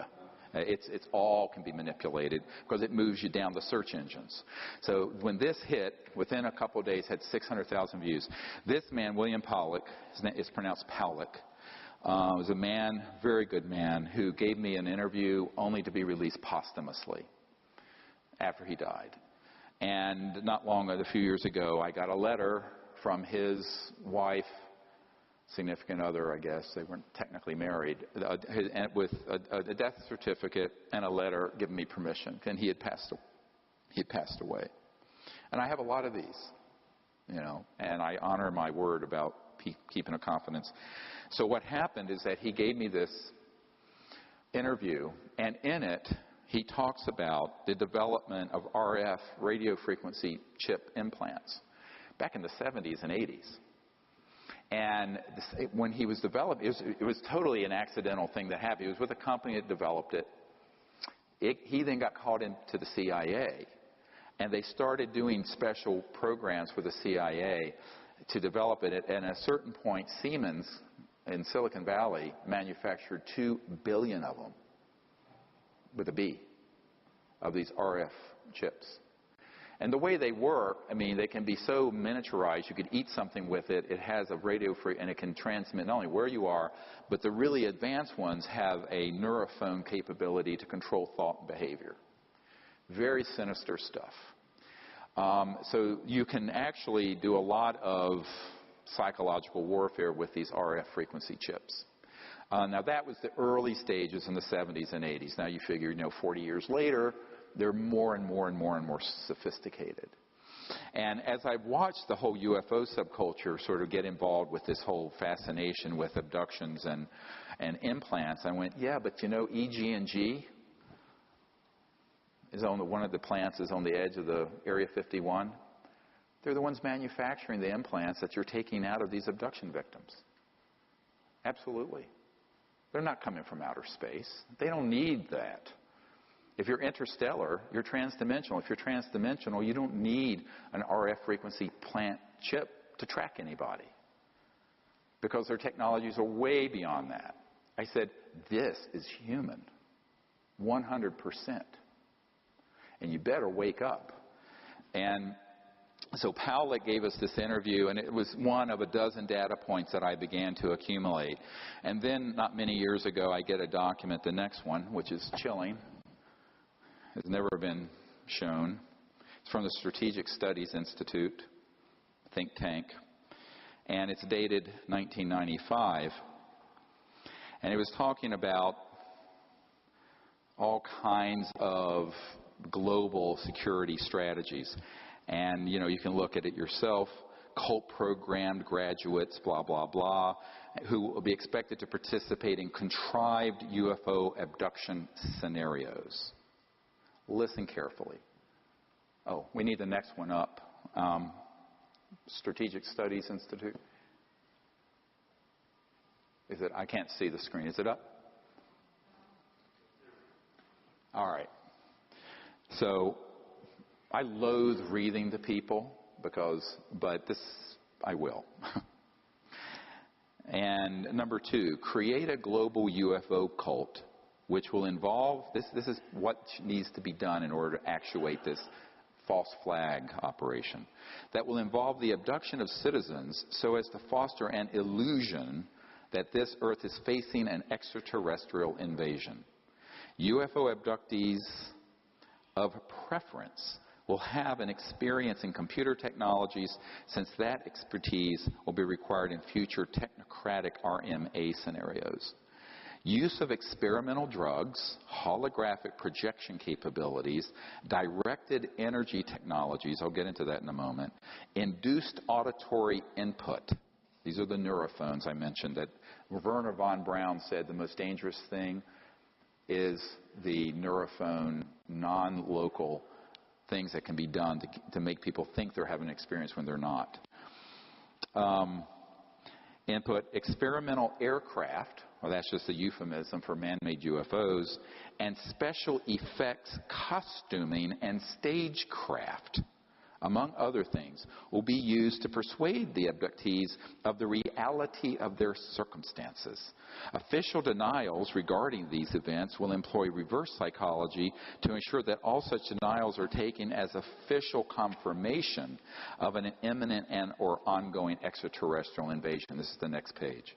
UFO abductees will be persuaded to worship their anticipated ET conquerors in cult-enforced religious fashion. UFO cult networks will be controlled by U.S. intelligence to limit infiltration and ensure that dissidents do not disrupt UFO long-term agendas. Uncontrollable dissidents will be assassinated, preferably by directed energy means. Dissociative satanic cult graduates will handle all such executions, i.e., when not actively lending logical and theatrical support to UFO abduction operations. Number 3, directed energy surveillance and weapons technology of all types and caps will be used for purposes of spreading fear and confusion in the population at large under deniable circumstances, for eliminating persons deemed adversarial to U.S. national security interests, and for spotting, assessing, and manipulating potential recruits to the RMA cause.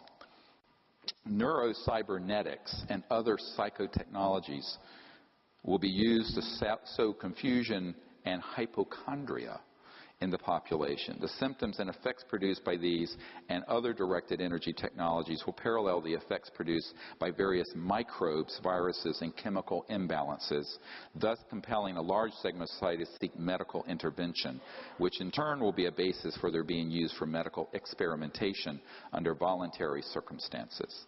Psychiatrists and psychologists will play an important role in these experiments, particularly where denying the efficacy of neurocybernetics psychotechnologies is concerned. Citizens who complain of hearing voices will be used as a basis for generously government-funded schizophrenic-related brain research, on and on and on. It goes on. Now, if you're not falling out of your chair yet, What I want to tell you is that all of that has come to pass and came to pass between the 1950s and the 1970s. A man that I worked with before his death had developed an electronic system in 1956 or 54, that would enable someone electronically to remote view anywhere. And could also affect, some of these have been called radionic psychotronic weapon systems. And they were developed decades ago. Now, how hard is it to deploy them? Not hard. They're not used every day. They're used enough to create a groundswell of conviction that there's an alien threat. So you take that capability, combine it with man-made UFOs, combine it with disinformation in general about the subject, and also certain chemicals, and you can launch an entire contagion of fear that's based on completely man-made false events. So this is the false flag event I wanted to warn you about. And people say, when is that going to happen? I said, it's happened already. It's already happened.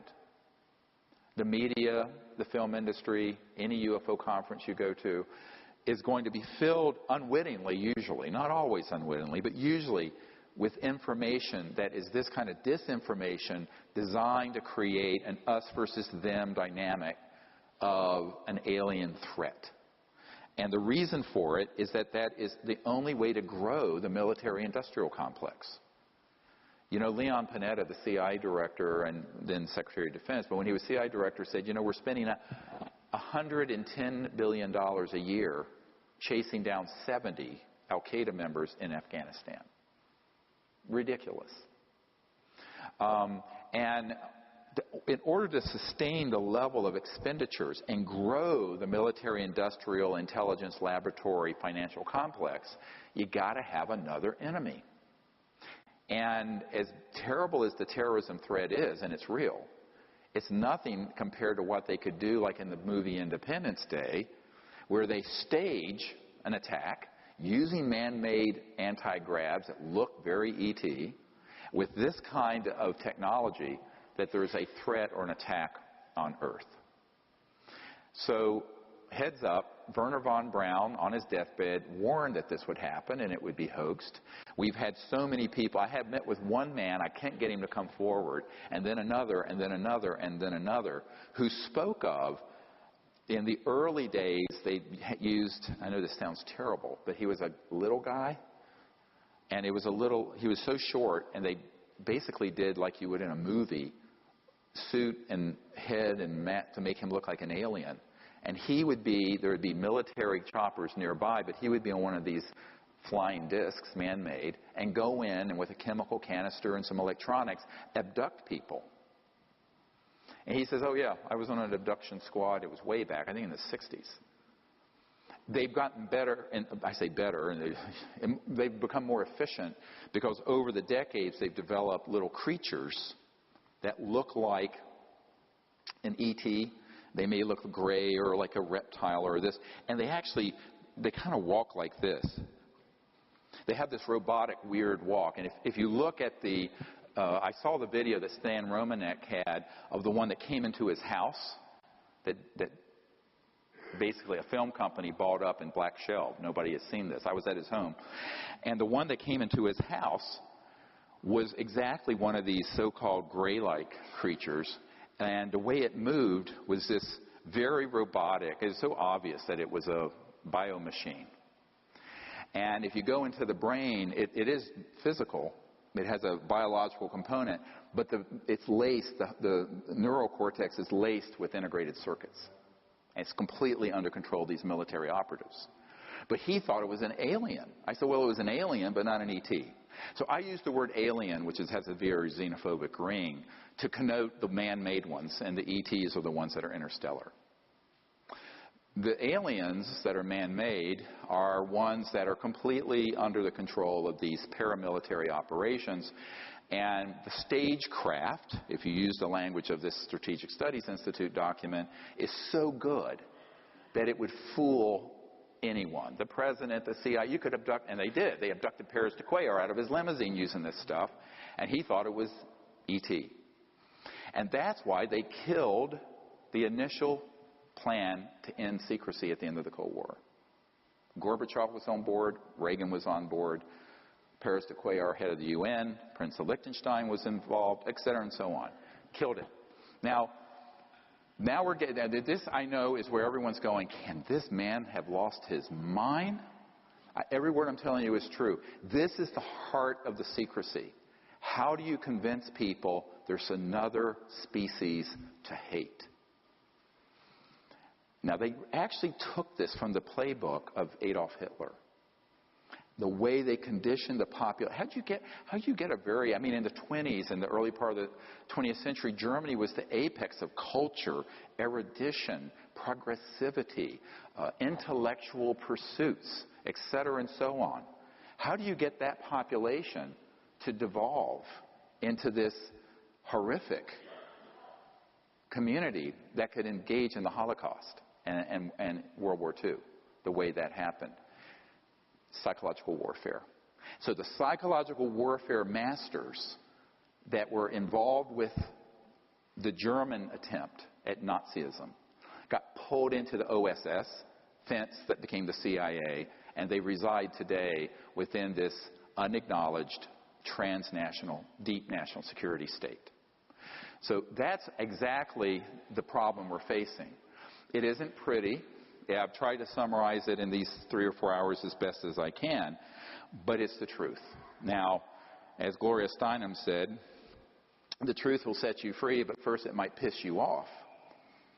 And I think, a lot of people, when they learn that this is what they've been involved with, people who've done research on this subject, get quite irritated because they begin to realize that almost everything you know about this subject is not true about why they're here.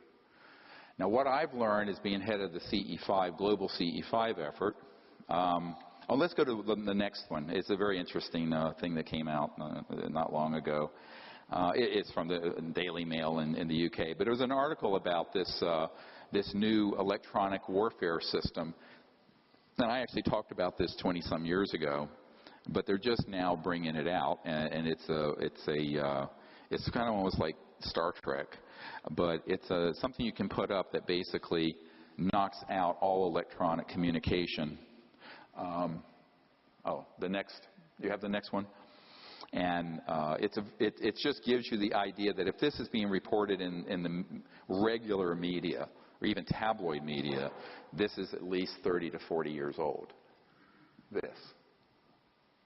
And it's basically a platform that can float over an area and knock out all electronics. Not only in a city, but over a battlefield or what have you, using pulsed microwaves. Now, this is not talking about scalar. This is pulsed microwaves. But when you pulse microwaves in a certain way, it can cross over into this longitudinal effect, and it can have an enormously destructive result. And this was actually getting reported. So if this is being acknowledged in the media, it means that it's at least 5, 6, 7 generations old. So in other words, this is not state of the art. Anything that's acknowledged in the mainstream media is going to be old technology. And the really state of the art stuff is highly classified, compartmented, and unacknowledged. Most of the really amazing stuff.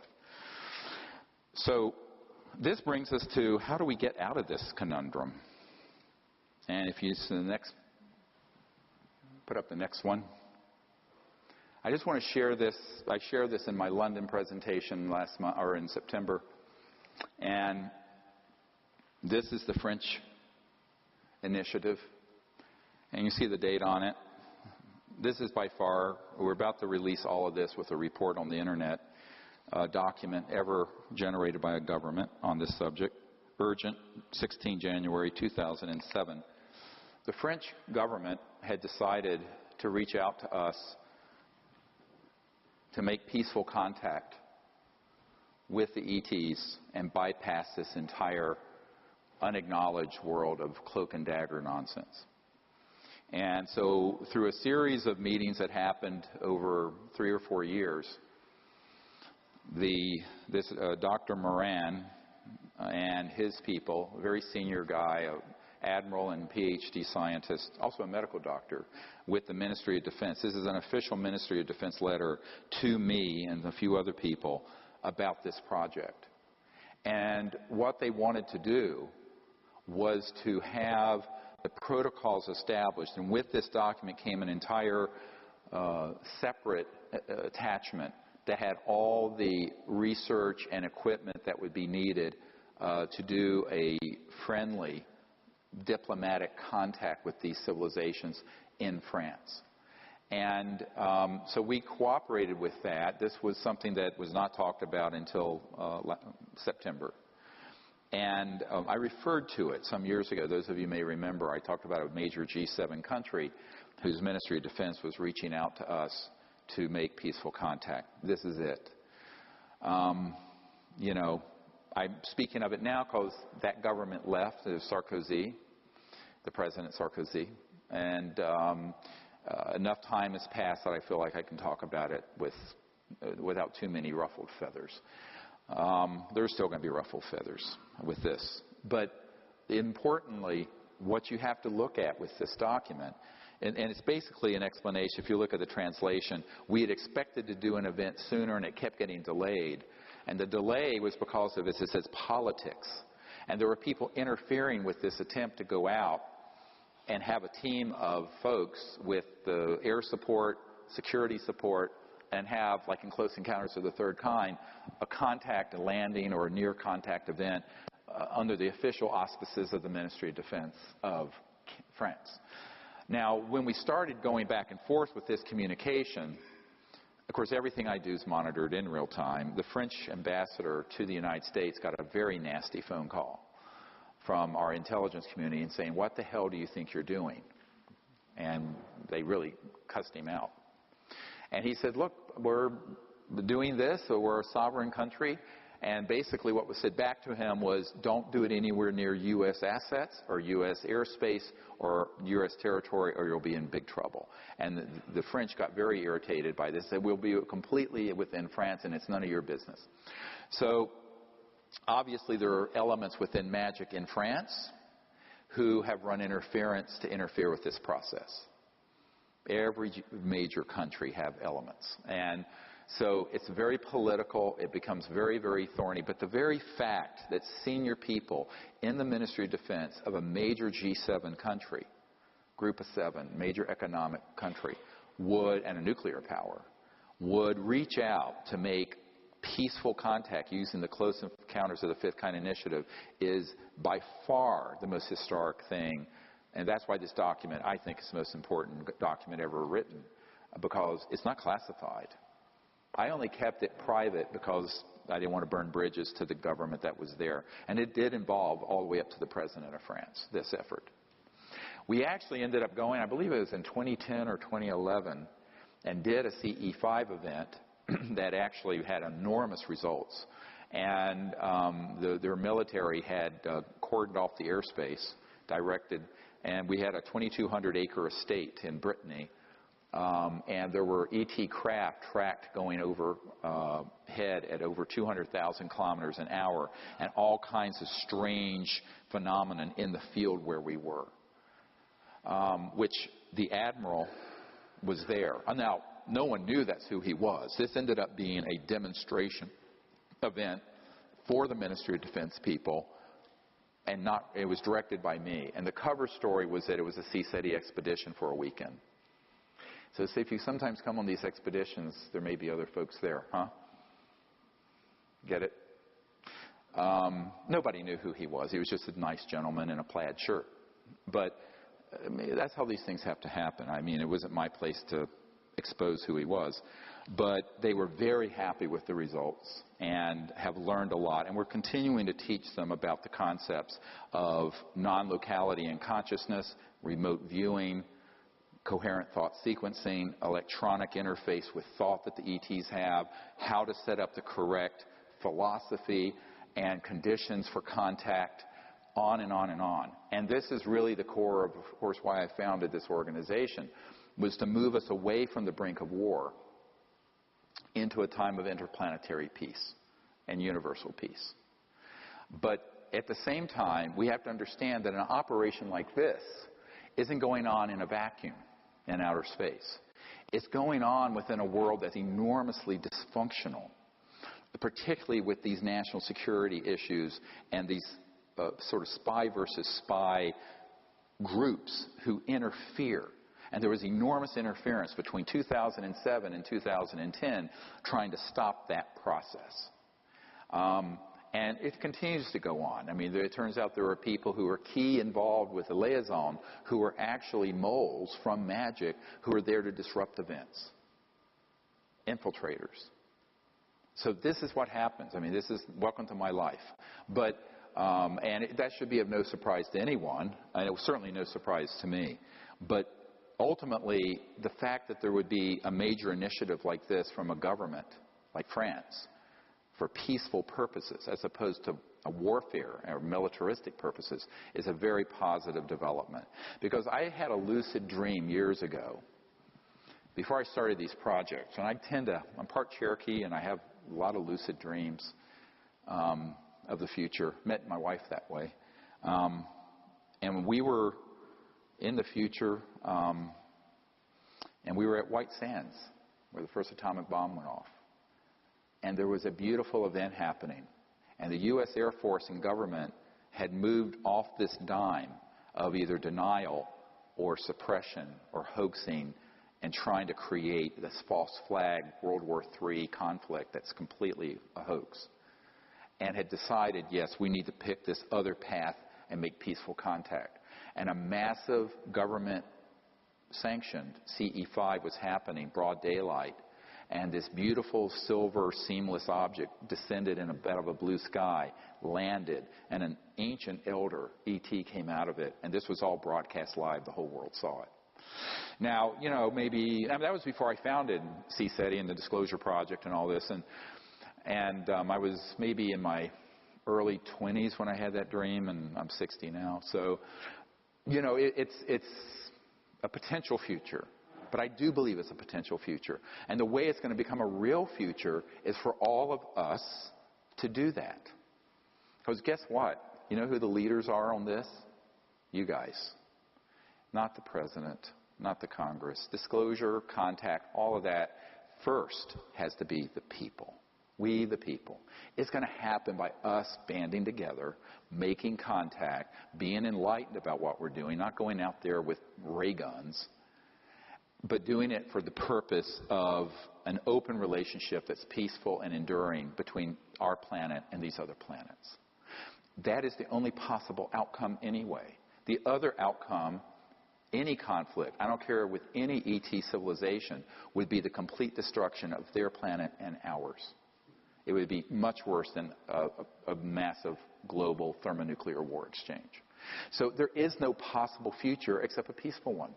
So let's figure out how to do that. No matter what your belief systems about these various civilizations that are out there, my own assessment is that some are not really thrilled with us because, well, who wouldn't be? And some are maybe our distant cousins. And some are just getting involved and looking with some horror at what's happening. But ultimately, none of them are overtly hostile. If they were, it'd be over. And let me tell you, it would have been over when we dropped the first atomic bomb. And I've been told that by multiple members of MAJIC, M-A-J-I-C, because they have said, yeah, of course. I mean, but it's very easy to play on people's paranoias and fears through mutilations and abductions. And this Dr. John Altshuler I mentioned, who is the nephew of Jimmy Doolittle, General Doolittle, he became the guy who did the first Snippy the horse case. You know Snippy the horse, the cattle mutilation and animal mutilation case? That was him. He didn't get acknowledged because he wanted to stay in the background. But he was the scientist. I was staying at his home outside Denver. And he said, absolutely, that case was military. Made to look E.T. for the purpose of scaring the hell out of people. I said, really? He says, absolutely. And then I met with a man. It was an accidental. The universe works in strange ways. I'm sitting on a flight. Flying, I think from Colorado or New Mexico to the East Coast, and the guy sitting beside me says, oh, I said, well, I'm a doctor. And he says, well, what are you doing out here? I said, well, I actually do stuff with UFOs. He says, oh, you're kidding. He says, let me tell you. And he owned a 250,000-acre ranch in northern New Mexico. And he said, let me tell you what they're doing to my cattle. And he said, but it is not alien. It's humans. And he had night scopes. He was a very wealthy man. And he said, these guys are coming in there with special silent helicopters, and we have them. My military advisor was on a ship where one landed in a fog, and they couldn't see it. And they said, where is it? Where is it? They said, look up, it's right above you, and there's no sound. Completely quiet. He says, and we caught them red-handed doing these mutilations on my cattle. And he instituted a lawsuit against the U.S. government, but the group doing it was an unacknowledged group that's extra-constitutional, and the U.S. government said, we don't know anything about it. And the government people who said that were telling them the truth. See, this is real plausible deniability, right? Because they can honestly say, we don't know anything about this. So he took it all the way through the federal court system. It just got thrown out.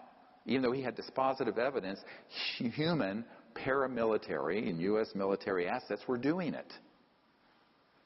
And, I've shared this with Linda Moot-Howell and others. An alien harvest, I said, alien baloney.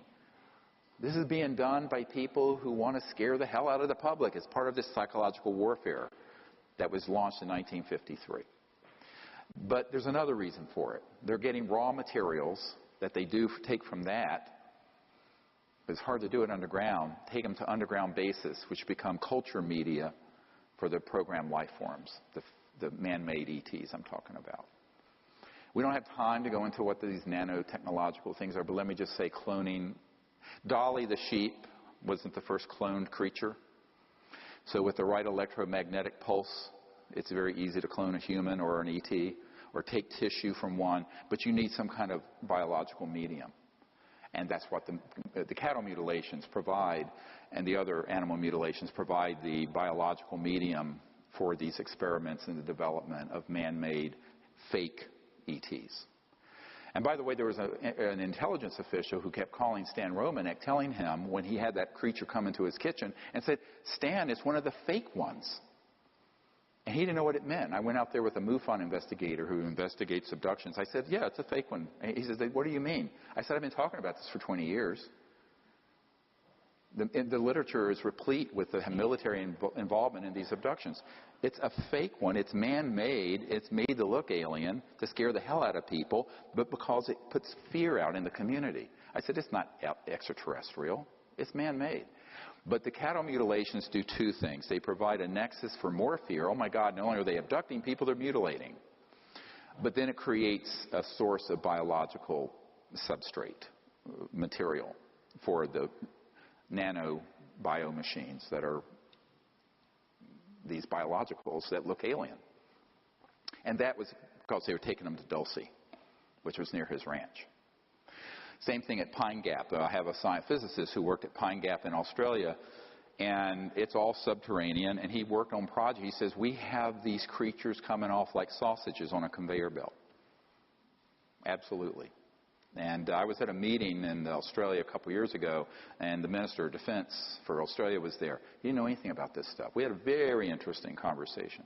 But I said, no, you wouldn't. I said, our Secretary of Defense doesn't know about this either. But that is really what's happening. So you have to think that, well, if we can make our way through this nexus of fear and false information that has kind of colonized everyone's mind, then we can go out there with Close Encounters of the Fifth Kind teams and make peaceful contact with these civilizations. How beautiful. And that's why I tell people, don't be afraid of anything interstellar. You should be very concerned about paramilitary human. But the interstellars, not a problem. And I think you have to make a distinction. People say, well, how do you tell the difference? Well, an ET craft has no seams. The light from it is coming from refined materials that are so pure that the light itself looks like celestial. The beings themselves have a completely non-invasive, very intelligent, IQ of 400, 500, that range, and very conscious and spiritual. The PLFs are menacing. They're invasive. The man-made Lockheed Martin, Northrop, SAIC, man-made discs, saucers, triangles have rivets and seams. It's quite clear to tell the difference, but you need to know there is a difference first, because otherwise you're going to think everything is alien, and it's not. And that's why I'm doing this webinar with thousands of people watching. It's going to go up on the web.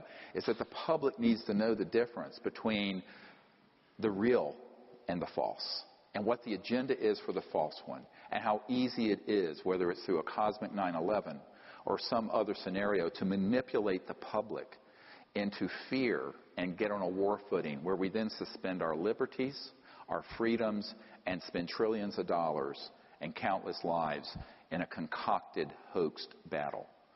Don't be fooled again. We need to not be fooled again. And this is the big one that we need to wake up to. If enough of us wake up to this and then go out and make peaceful contact, then those folks who want to see us create a time of endless war can't have their way. They only succeed if you are sheeple who are going to follow along with the conventional wisdom like zombies half asleep. So I beg you to share this with everyone you know, and go out there and make peaceful contact. The other thing I'm calling for is this Whistleblower Act provision. If there are people in this audience or who know people who have been involved in these projects who can testify, and if there's an attorney team that will take it, we will initiate this lawsuit. And the next is mass defections. All of you know people who know people who know people. It's 2 or 3 degrees of separation. If you work your network, those of you listening who are in California in the high desert, there are people in Palmdale near Edwards, there are people in Nevada listening right now. You network in your community and you find people who are at these facilities that I named. And unfortunately that document didn't make it, but listen to it. And if they've worked on these projects related to ETs, UFOs, PLS, program life forms, anti-grav, you may defect with impunity under the National Security Act of the United States. Why? Because we have proven today that there are dozens and dozens and dozens of officials in the U.S. government, in the British government, and every other country who have been denied access through a criminal enterprise, a racketeering influence corrupt organization, the largest RICO in the world, that has involved itself in corruption, and therefore it cannot, if it is violating the U.S., British, and other constitutions, cite the National Security Act to provide cover.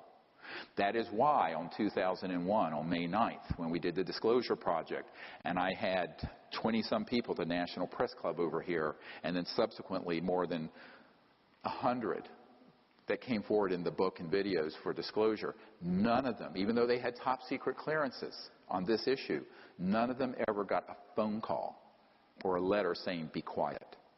Because we had proven between 1992 and 2001 that this is an illegal, unconstitutional operation.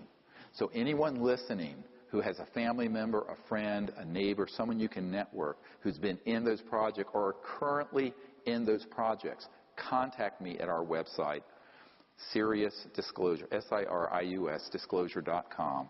We will treat you with the greatest confidentiality. Now, we do not want to hear from secondhand people unless you have dispositive documents and proof. Only firsthand, people who are there and who can prove they're there.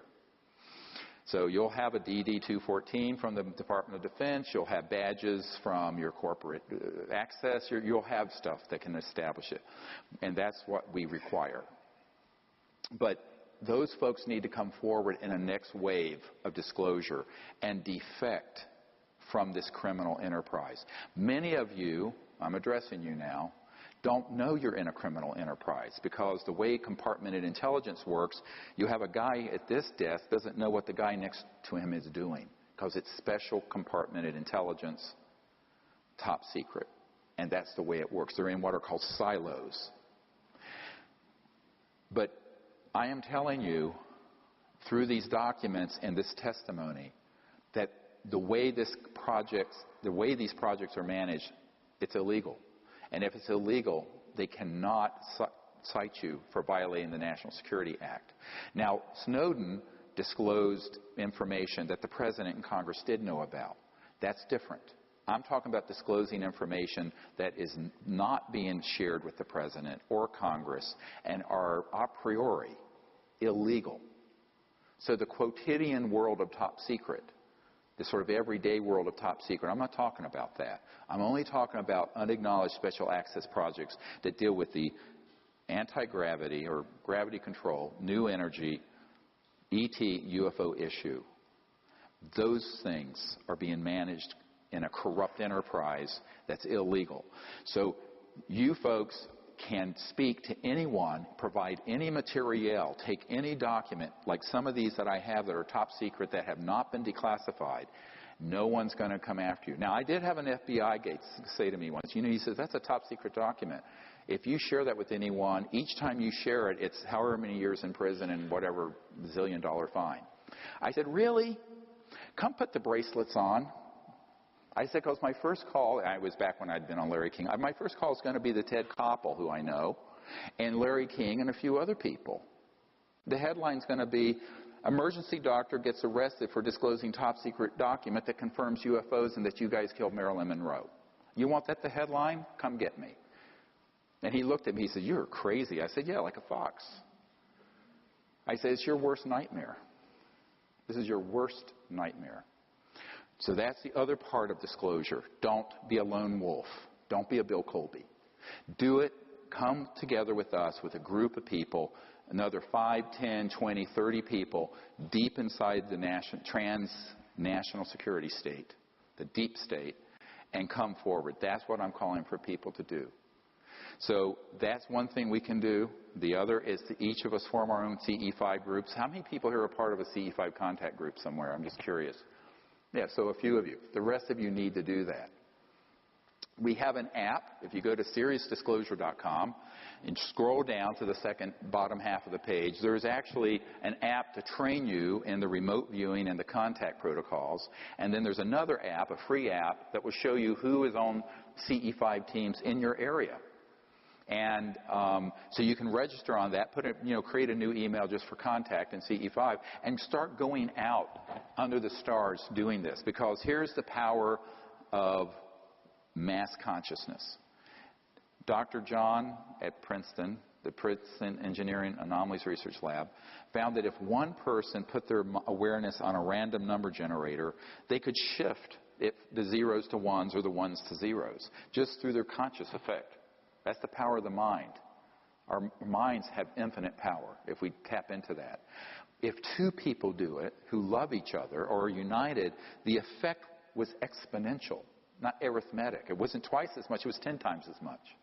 So when a group of people in higher consciousness go out for the purpose of making peaceful contact, understanding that our future is peace in the cosmos, and where our destiny is to become extraterrestrials to other worlds eventually, where we will be interstellar.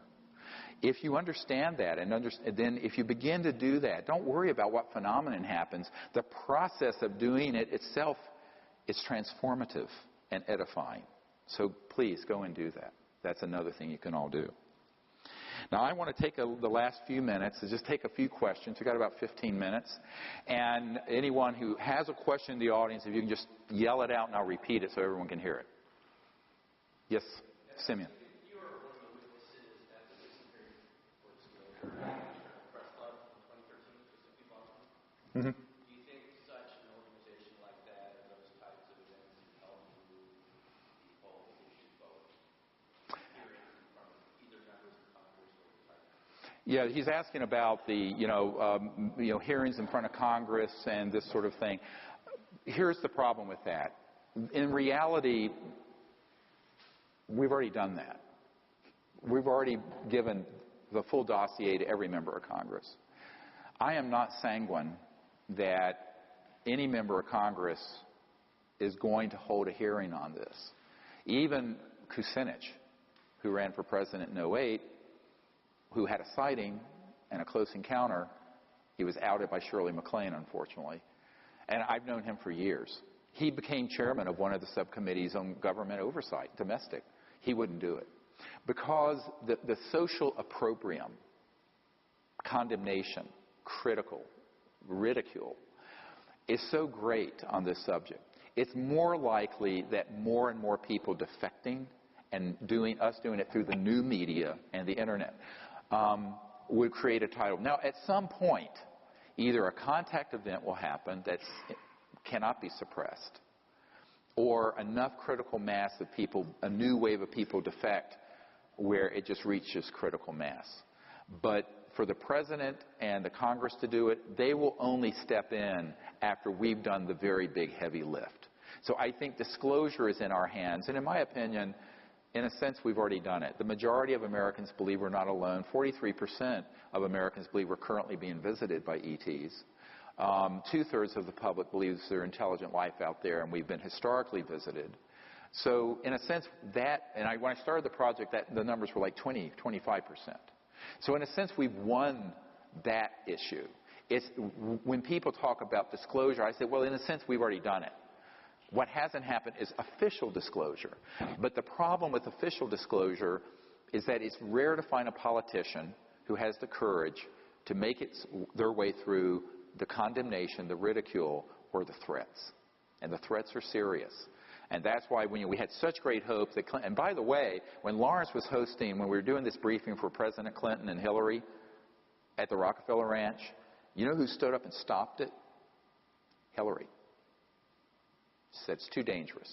We don't want to hear anything more about it, and we're not going to pursue it. So President Clinton took the briefing, this huge thing I put together, and kept it in the private quarters of the White House, in his bathroom, actually, to read. And he would occasionally bring it out. There was a person who used to live at the White House who's a friend of mine. And he says, yeah, he'd bring it out into the living room, and he went through and he'd go, I know all this is true, but they won't tell me a thing, not a goddamn thing. That's what he said. So, I just think that, for the chief executive or the Congress to do it, we're going to have to create events, contact events. And it's harder in America than any other country, because this country is the crown jewel. It's not that Magic doesn't have subsidiaries globally, but this country is the crown jewel of the military, industrial, financial, laboratory, technology complex dealing with this. All other countries are an order of magnitude down in terms of what they have. And so for a president or a congressman to really go full bore at this, let's just say I'm not holding my breath. I'm calling for it. I think it'd be great if it happened. But I think we're going to have to do a lot more of the groundwork ourselves. It has to be a mass public initiative, both making contact and bringing out more and more of these top secret witnesses before they will move off the dime. Yes, sir. Do you know who the leaders of Magic are today? Yes, I know a number. I've named a few. Some are recently deceased, some are still living. Like, Cheney's certainly a member. Papa Bush is a member. Some of these royal families have representation, but minor. All you have to do is look at the really top folks at the Lockheed Skunk Works, SAIC, Lockheed Martin. They're all involved. You have David Rockefeller, used to be Chase Manhattan Bank.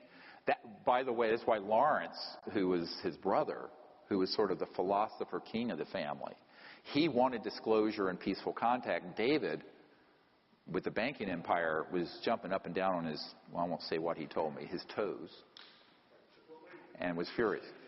You're saying that an officer of Lockheed, Northrop, or whatever, is a member of this group? If they're directly involved in the Skunk Works and the Cube, yes, they would absolutely have knowledge.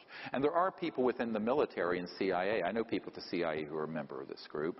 And what's interesting, when I first did the meetings with the CIA director, about a third of Magic supported the concept of ending the secrecy and bringing this out. I've been told that the number is now 70% are in favor. And I've met with a number of them. They're more the younger generation. The problem is the other 30% would drop them dead just like they killed Bill Colby. So it doesn't take them. It's not a democratic system. It's who's willing to be a murderer, who's willing to kill who. So and the other problem is that this group, Magic, has elements that are splintered off of the main policy board, the main policy committee. So the folks who have gone off the reservation with electronic warfare systems, abductions, mutilations, those guys are in a paramilitary special operation, drug run. It's highly, and some of the people who are on the main, they don't actually have control over what those guys are doing. So people should get rid of the idea of some sort of top-down system. The architecture of the secrecy may have started that way, and much of it was under constitutional oversight with Truman and the early Eisenhower years. And then it went south. And it continues to go out of control, spinning out of control. So that's what you need to understand. Yes, sir? I mean, does this group conceive of themselves as, people have talked about a breakaway civilization? I'm having a hard time getting my head around the end goal. Is it just endless warfare? Are they addicted to warfare? I mean, what is it?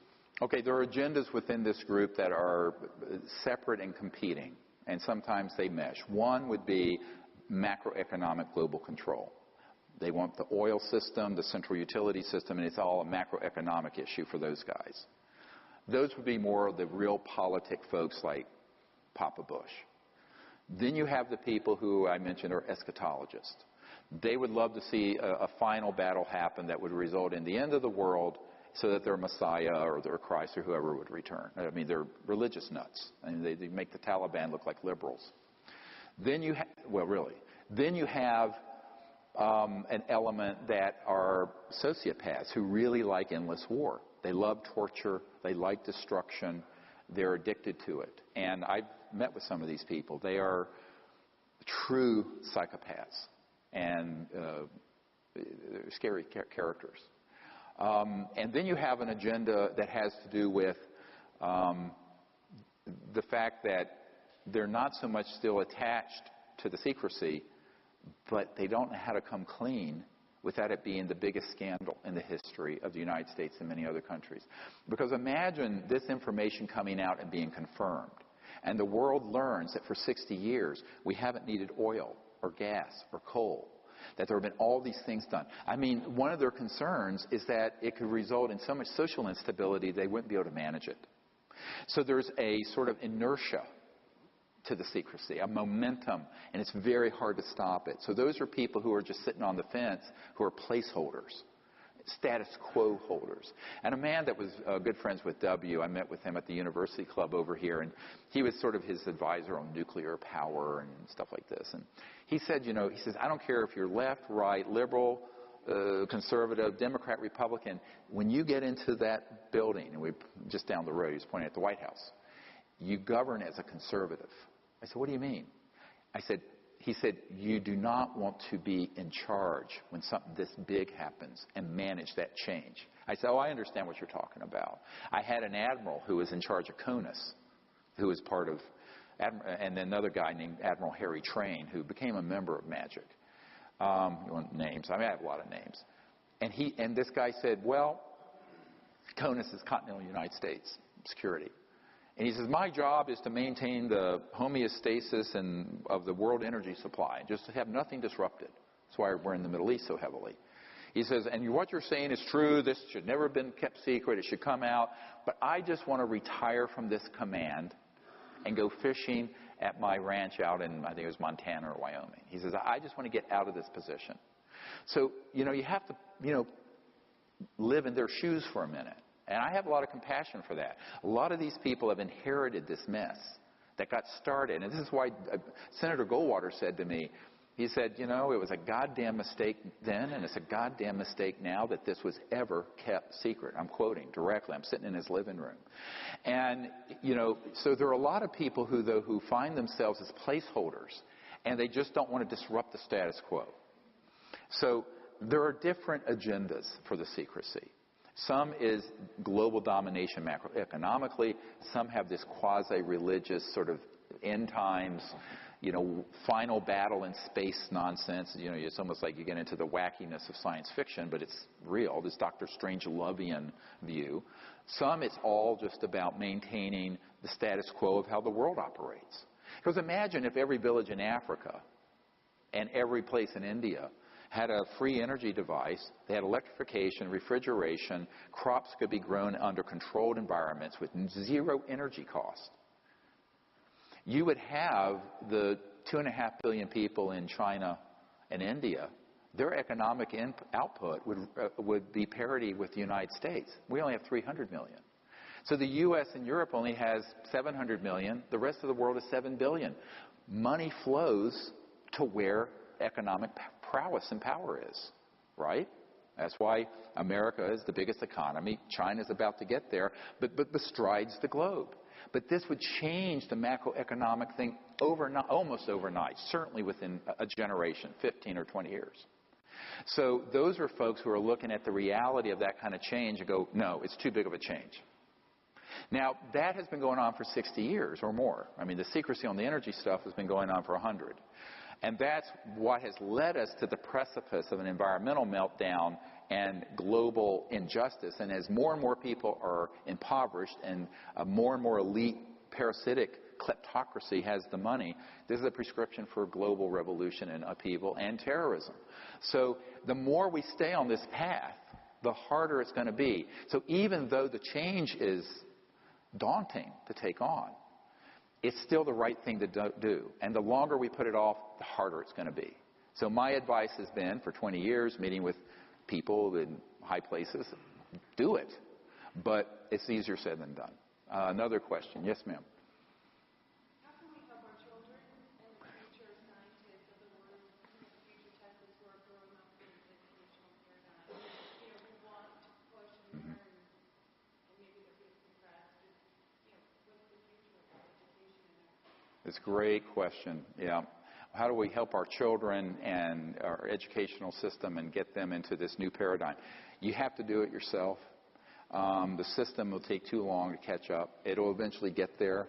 So when you start talking about the whole area of consciousness studies, high-tech sciences, you're not going to be able to get that at MIT or in your public schools. But we as parents can provide that information to our children. The other thing is to encourage them to take risks. I mean, now we have bubble kids. Everyone's a bubble kid. I mean, I ran all over the city wild. Now, my parents would have been in prison. We don't let children take any risks. But you know what? We become so cowardly and timid that if my parents' generation were like that, we'd all be goose-stepping to Adolf Hitler. So now there's an Adolf Hitler that's this sub rosa, Fourth Reich. And we have to have the courage to stand up to it. Now, there are costs to that. I've paid a very steep price. But I think ultimately you have to begin to embrace a bigger vision.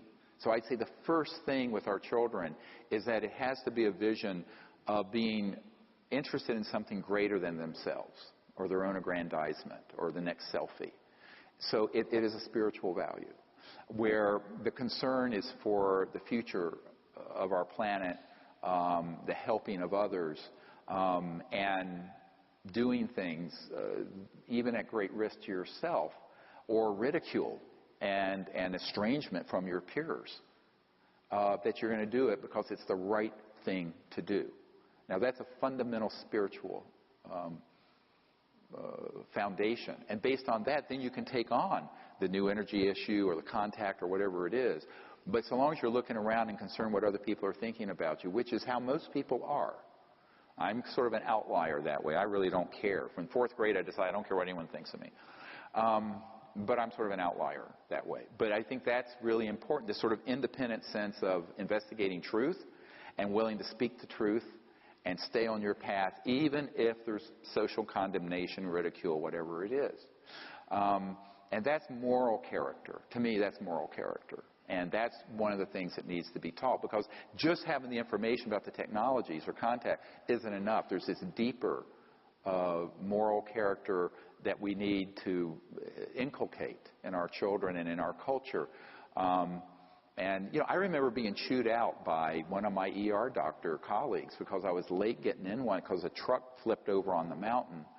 And I stopped because I'm an emergency doctor, and the thing was about to burst into flames, a tanker truck, diesel fuel everywhere. And this guy was in there, and he had a C4-5 fracture. He was numb from the nipples down. And I pulled over and went in there and got him out carefully so there wouldn't be any more damage. Could have killed him. And before the thing blew up. And the guy chewed me out because I was 30 minutes late. I had the highway patrol call. And I said, well, what am I supposed to do? Just drive by and let this man die? He says, yes, because you're late. And this was a fundamentalist Christian. I said, well, you ever heard of the Good Samaritan? It was astonishing to me, this sort of self-absorbed, narcissistic. So I think we have to, don't get me started. I think we have to, really teach our children and those around us by the force of example. Basically, it's a dynamic force of example. That you're willing to do things that aren't always just to your own aggrandizement. And that's important. I think it's really important by teaching by example. Yes, sir. There's compelling evidence that not just ours, but the entire World Trade Center complex was destroyed by perhaps a directed energy type of attack, something that was operated under technology of molecular dissociation. That seems to be very much related to what we're talking about. Have you looked at that? I have looked at it. I have bigger fish to fry. 9/11 was terrible. We lost 3,000 people. It led to 2 huge wars and trillions of dollars. I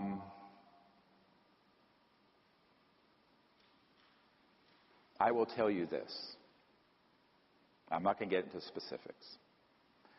I mentioned a gentleman named Richard Foch, the third highest guy, Richard Foch, at the Naval Research Labs. He was in meetings with the then Vice President of the United States, Cheney. And he said, absolutely, it was known about in advance, and there was involvement at that level. And he told me, and I have witnesses, multiple witnesses to this, that if he were to speak of this, now he's passed away, that he, his wife, his children, and his grandchildren would all be killed. That's all I'm going to say on the 9/11 issue. But there is a lot to that story. I've never shared publicly what I just said, but the man has passed away. So it's not hard to, and I think most people get into these grand conspiracy theories. Basically, all you have to do is stand down. There's constant threat. There is terrorism out there. And you don't even have to hoax an event in that case. You just have to stand down the systems that would have intercepted it. You understand what I'm saying? So it's like when you're doing a code blue, boom, clear. You say clear before you do the electric shock. So you just clear the system, let it come in and hit. Now, what I think happened on 9/11 is more like what I just described. And I have very good reason to believe that, because someone of that integrity and rank had a front row seat and knew about it. And I've never spoken of this before right now, but I think that it's disturbing. It's enraging, but it's a minor rounding error compared to what's coming if we don't end this cartel's hegemony on the secrecy related to UFOs, ETs, what have you. 9/11 is going to be a very minor blip on the screen. So that's my warning to people. You can take it or not. But I've known what you just asked about since it happened. My whole security team lit up like you wouldn't believe when that happened. Yes, yes, ma'am.